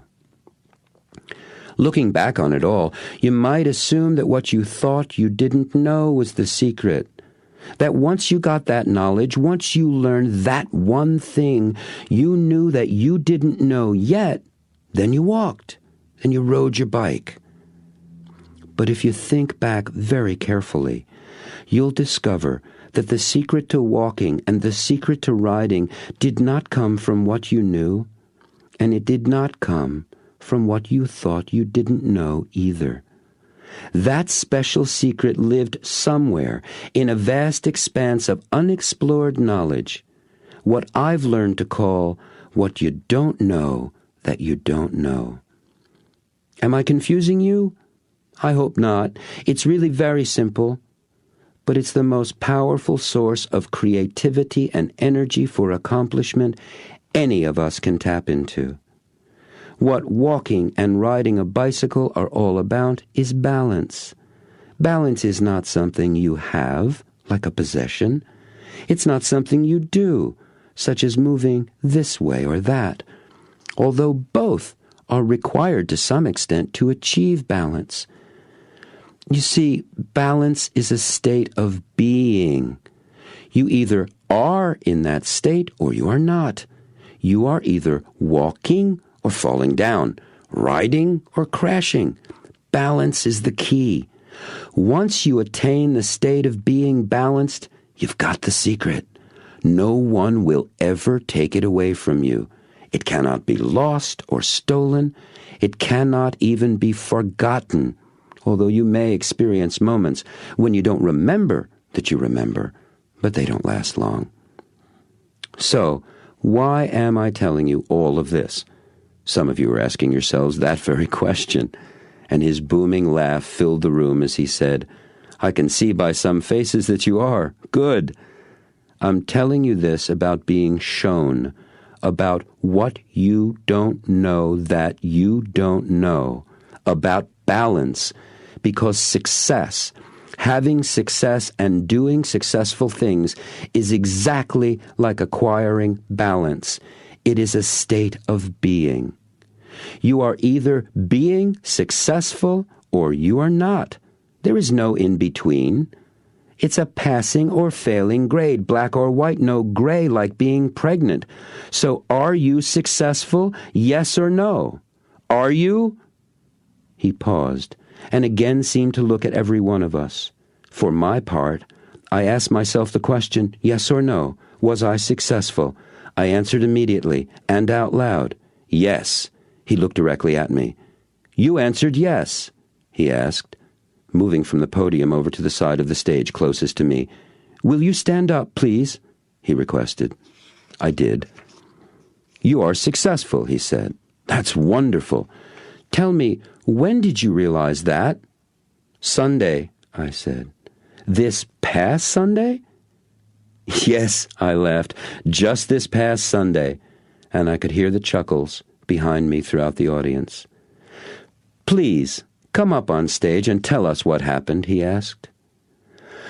I took a deep breath and looked at him. He smiled and encouraged me to join him on stage. I went up and stood next to him. He introduced me to the audience, asked for a microphone for me, and as the man with the mic wired me for sound, he explained how we met. He told the people about the man he first saw 1 short week ago, sitting in his hiding place in the back of the room. He reported in specific detail how I had described my business to him, how I had felt about that then and what I was planning to do. That just this past Thursday, I'd been at my last meeting. I was quitting the business. He told them about the success I had achieved, sponsoring new people, having my guests present tonight. He described my guests, how they seemed to him excited and enthusiastic about being here, how when he spoke with them, they had told him that discovering network marketing, finding a place and people who honored their values, that gave them a way to fulfill their life's purpose, was something for which they'd each been searching for years. He told the audience about my life purpose, as I had shared it with him, the things I valued and what they meant to me and what they provided for me. As he spoke, I was touched by the pride that was evident in the way he talked about me. Literally, tears welled up in my eyes, and I found myself raising my glasses to wipe my eyes clear as well. No one had ever said these things about me before, and certainly no one had ever done so in front of a few hundred people. He said I was an inspiration for him. He said he was so proud of me. He called me a young master. And then he said, "I promised that I would show you the secret for success." He put one arm around my shoulder, pointed to me with the other hand, and said, "Here it is." The silence of the room was a roar in my ears, the faces staring up at me a blur. I had the sensation of falling, yet I knew I was standing, floating, yet I knew my feet were firmly planted on the carpeted stage. An image swept into my mind. It was crystal clear, sharp-edged, vividly bright. It was a room filled with people, seen from the stage. I was the one in front looking out at them. They were standing, applauding, cheering. I had given them something that had made a difference to them, something that moved and touched them, something that empowered them, inspired them, and they were acknowledging me. They came up to me on stage. They were shaking my hand, thanking me, telling me how much what I had said and done had meant to them. One woman in particular stood out. She had hold of my hand in both of hers, and she was saying, "Thank you. Thank you so much for showing me my life's purpose, for showing me how to believe in myself." I was snapped out of my movie by the greatest networker's arm, still around my shoulders, giving a firm squeeze and then letting go. He stood back and looked into my face and eyes. "You are very special to us," he said. "Now, show them success." And he walked off the stage. In an instant, the people were on their feet applauding. There were cheers and people shouting my name. I was in shock. I remember spreading my arms slightly and thanking them, smiling and saying, "Thank you. Thank you so much." As I looked over the standing crowd, the room filled with their enthusiastic applause, I saw him at the back of the room beside the door. Our eyes met. He smiled. And above all the cheers and clapping, I heard his booming laugh. He raised his hand, waved to me, and walked out the door. Amazing.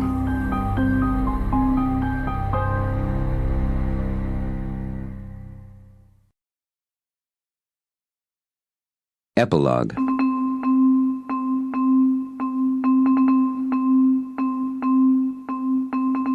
If I were you, I think I'd want to know how it all turned out for me. It did turn out, I mean.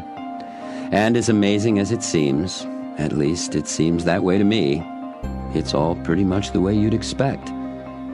That Thursday night 5 years ago was the first of many, now countless, wonderful evenings where I've been able to show people what it takes for them to be successful. It's what I do for a living now. My network marketing business prospered from then on. I've gone on to build an international organization. I'm working on my third book. The first two are industry bestsellers. And although a precise count is nigh on impossible to calculate, if I haven't already, I'm certainly well on the way to making a good-sized difference in the lives of millions of people. It is a blessing. I am a very lucky man. I've achieved pretty stunning success in every area of my life. My relationships and partnerships, especially with my family and friends, are the greatest source of pleasure and satisfaction in my life. I am rich, a millionaire, actually a couple of them by now. I've been to Japan, China, and Russia, and lots of other places I never even dreamed of. And Disney World. Remember how much I wanted to take my kids there? Well, we go twice a year now, except it's not just with my kids.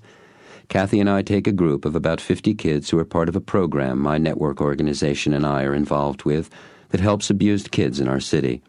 My own kids get to be the hosts, and they dearly love that. So do I. A fairy tale life, problem-free? No way. Truth is, I've had more than my share of problems. If anything, as my dreams and achievements grew larger and larger, the roadblocks that seemed to come up got bigger and more impressive, too. But along the way, I happened upon a life lesson that has given me more freedom than almost anything I ever learned. It is simply this. We are that problems are bad. That we are that problems are bad isn't just what we think, and it's not just a feeling we have or wisdom to which we adhere as a truth. It's a way of life for human beings. Usually, we are as unconscious of it as fish are of the water in which they swim. Problems are bad. That's the way it is. That's the way we are. We are born, we eat, we breathe air, and we are that problems are bad. But what if problems were not good or bad? What if they just were? And what if, because problems were just things that happened, we could make them into whatever we wanted? Whatever served and empowered us at that time? What if every time a problem occurred, we chose to have it be fun? At a certain point, when I was tired of problems being bad, I decided to have them all be as Richard Bach described in his wonderful book Illusions. There is no such thing as a problem without a gift for you in its hands. You seek problems because you need their gifts. The day I started seeing problems as gifts was the day my life became Christmas and my birthday, 365 days a year. In fact, I could fill another entire book with all the marvelous gifts that have come to me since that fateful evening when I first met the greatest networker in the world. Are you wondering if I finally did buy his house? Yes, I did. You may remember I had a vision of sitting in his study office, speaking with a young woman, much the same way he and I sat there so long ago. That's happened many, many times now. And if you're wondering, do we see each other? Yes, we do. Our families are quite close. He and Rachel moved to a plantation in Kauai in the Hawaiian Islands about 2 years ago. We spend Christmas with them there every year. Bobby's in school in Germany. Rebecca opted not to go to college. She's teaching riding at a stable in Virginia. Kazuko goes back and forth from Nara to Hawaii. Everyone's well and happy. Really, it's just as you'd expect them to be. When I set out to write this book, I hoped I would do a reasonable job in telling this story as it happened. Now I feel sure I've done that, but I still have a question. I wonder, are you convinced, beyond all shadow of even the most fleeting doubt, about the awesome power you have to change your habits of belief? Do you know fully and completely what a tremendous impact doing that will have on your life and on the lives of countless people whose lives you touch? I hope with all my heart and mind that your answer is yes, now or soon, that you got it, that you understand the phenomenal creative power and freedom you have to live any way you choose to believe is possible. I know you don't have the greatest networker to hang out with. That's okay. You've got this book. And what's more, you've got all the other wonderful books and tapes and marvelous men and women who are masters of this secret for success. And truly, they are everywhere. And their lives are devoted to giving the secret away. There are mentors lurking everywhere, just waiting to serve you. All you have to do is go on record as being ready. They'll show up immediately. When the student is ready, mine show up all the time now. I thank you for listening to this book on tape. And now I'd like to share with you a simple secret for learning that has served me very well since it was first taught to me. Now that you've heard it, listen again, and then listen a third time. I've read the Coaching Kids book at least 20 times since I first saw it that Saturday morning at the Greatest Networker's house, and I've gotten something new from it every single time. When you do listen to the book again, use it as a flashlight. There are thoughts, feelings, and experiences neatly scattered throughout that will shine new light onto myriad little treasures that are hidden within your own thoughts, feelings, and experiences. And that, like your yet-to-be-revealed mentors, are waiting for ready discovery. And then ask yourself, what's next for me? One more thing. If you come across somebody in our business who seems like, well, they're ready to explore what they don't know yet, lend them your copy of this tape. The day you do that may just turn out to be the day that changes their lives for the better forever. Have fun. My best to you.